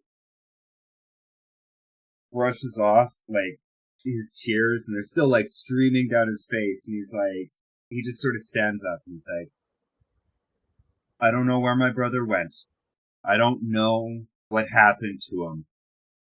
And I don't know who did that to him. But I'm gonna find out. And I'm gonna find my brother. And I'm going to bring him back home. And I grab my bag, throw it over my shoulder, and I start walking out the door.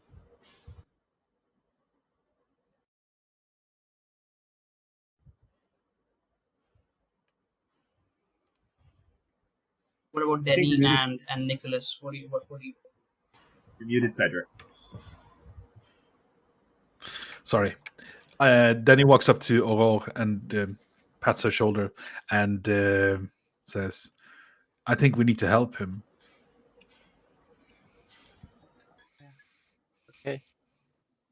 Okay.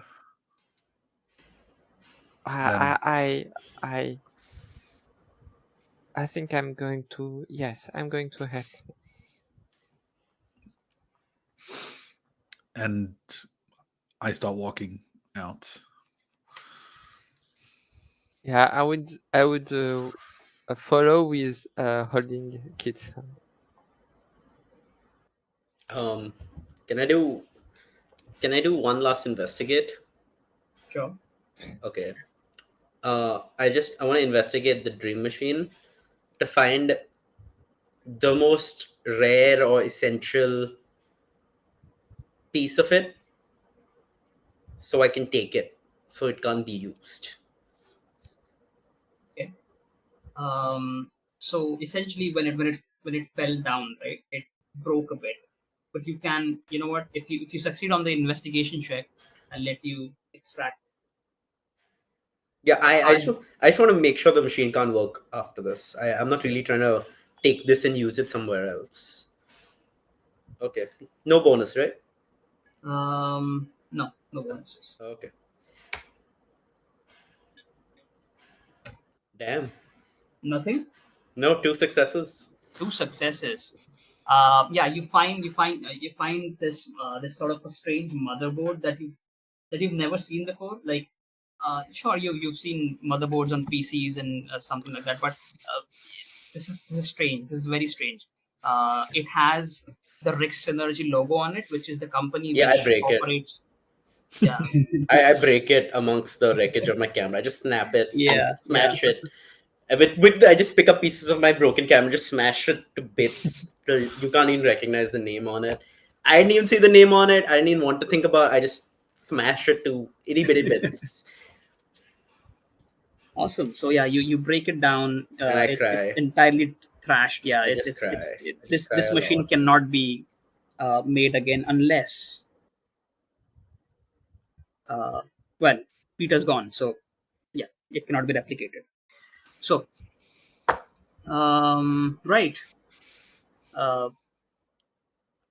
After a while, um, maybe a day or two later, there is almost no news of any dead bodies or anything which are found in the bunker. You try to investigate about the guy who died from falling down because of the camera and getting his skull crushed. But there's almost like nothing about it, and like no one seems to be talking about it. There are no police reports. This body just vanished with the machine, and yeah. What do the kids do in the next couple of days? I think we discussed that, and that's where we're gonna leave.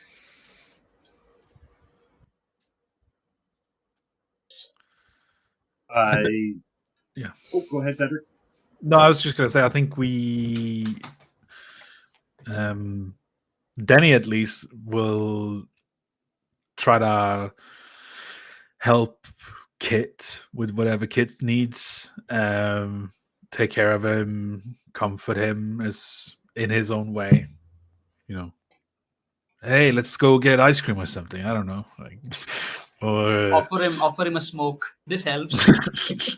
no, like Denny's not an idiot. Like, but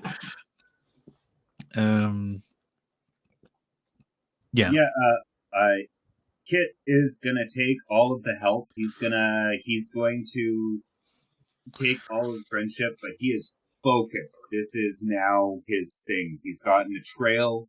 This is the first sight he's seen of his brother in the last like 2 years. So he is in the library every day after school. He's hunting the this time period's equivalent of whatever exists of the net. Just looking for any and all information. That's what he does from this point forward. Aurora would just help Kit in his research, and she would also try to teach him how to solve a Rubik's Cube, because she thinks he would like it, and it's one of her way to like connect to someone. It's one of her way to do that. Nice. What about Nicholas? Okay, I have the perfect end scene for our session today. Okay, so Nicholas just keeps polishing the remaining lenses he has and kind of looking through them, seeing what you see through a camera without being able to take a photo. And then he hears footsteps in the kitchen, and he thinks it's his grandmother. And then he hears someone say, "I found your camera, or what's left of it, in a very interesting place, son. Fade to black." Ooh, I like that. Love it. fade to Okay. black. Nice. All right. Yeah. So that is where we leave. The lives of the kids which experience this go back to normal for a while until the summer break. So I'll see you guys in the summer break, hopefully. And Yeah. that is it for this session. Thank you so much for joining See us, for you. whoever was watching the stream, and thank you so much for the lovely players who again, this was a great game, loved it, and thank you so much for playing. Hey, special shout out to Void for DMing. He did a fantastic job, and we're all very Yes. grateful. Thank you. Thank you. And thank you So to good. Steve for organizing. Yeah. Thank you very much. Yeah, hi. I was just gonna. People on stream can hear me, which is great. I fucked that last time, but yeah, thank you so much to everyone for being part of this event. It's a really big project-ish that I wanted to undertake with Void, which is like, telling an interconnected story with different characters in the same world, which I think is a really cool concept, and I'm really excited about what we can do with future sessions as well. Next session is going to be May 8th. I think for the third session, we're going to have an entirely new cast as well. And starting from session 4, people will be feel free to come back if you're free, starting June, basically, because it'll be cool to, have different dynamics and people who've experienced the world and everything come together and tell the story. I think that's really cool. Yeah. So, couple of things. Pantsless Tables is doing a bunch of really cool stuff for the next few months. We've got a vampire TTRPG happening starting Friday, which is like The Bachelor but vampire. We've got Thirsty Sword Lesbians starting mid-April, and we've got Apocalypse Keys in end of May. So casting calls for the Thirsty Sword Lesbians and Apocalypse Keys is going to be out in the next week. So if you would like to come back, feel free to fill up the form there. Also, if anyone would like to DM on the channel, hit me up. I'll send you I have like a Google form thing, trying to be a little bit professional. So I'll send you the Google form for running a remote event. Oh, also we're doing a big charity event in June. It's going to be another 48-hour stream, end of June, which I'm trying to figure out to have a second producer on board, because last time I overexerted myself. But anyway, I've taken up too much of your time. Thank you so much, all of you, for doing this. Void, you are fantastic as always. All the players were great. And Pantsless Tables doors are always open for all of you if you'd like to come back as players, as DMs, anything else. And yeah, that's what I'm going to leave. At least the thing. The room is going to stay open if you'd like to stay there, decompress. I know, Alia, you have to leave, but for the others, even the Discord channel will stay open for the next month. Well, actually, it's going to stay open for a while, because as long as you're running this campaign. So feel free to hop in there, decompress, do whatever you got to do. But for now, this is the end of stream. It is 2 a.m. I'm going to go to sleep. And yeah, thank you all for vibing.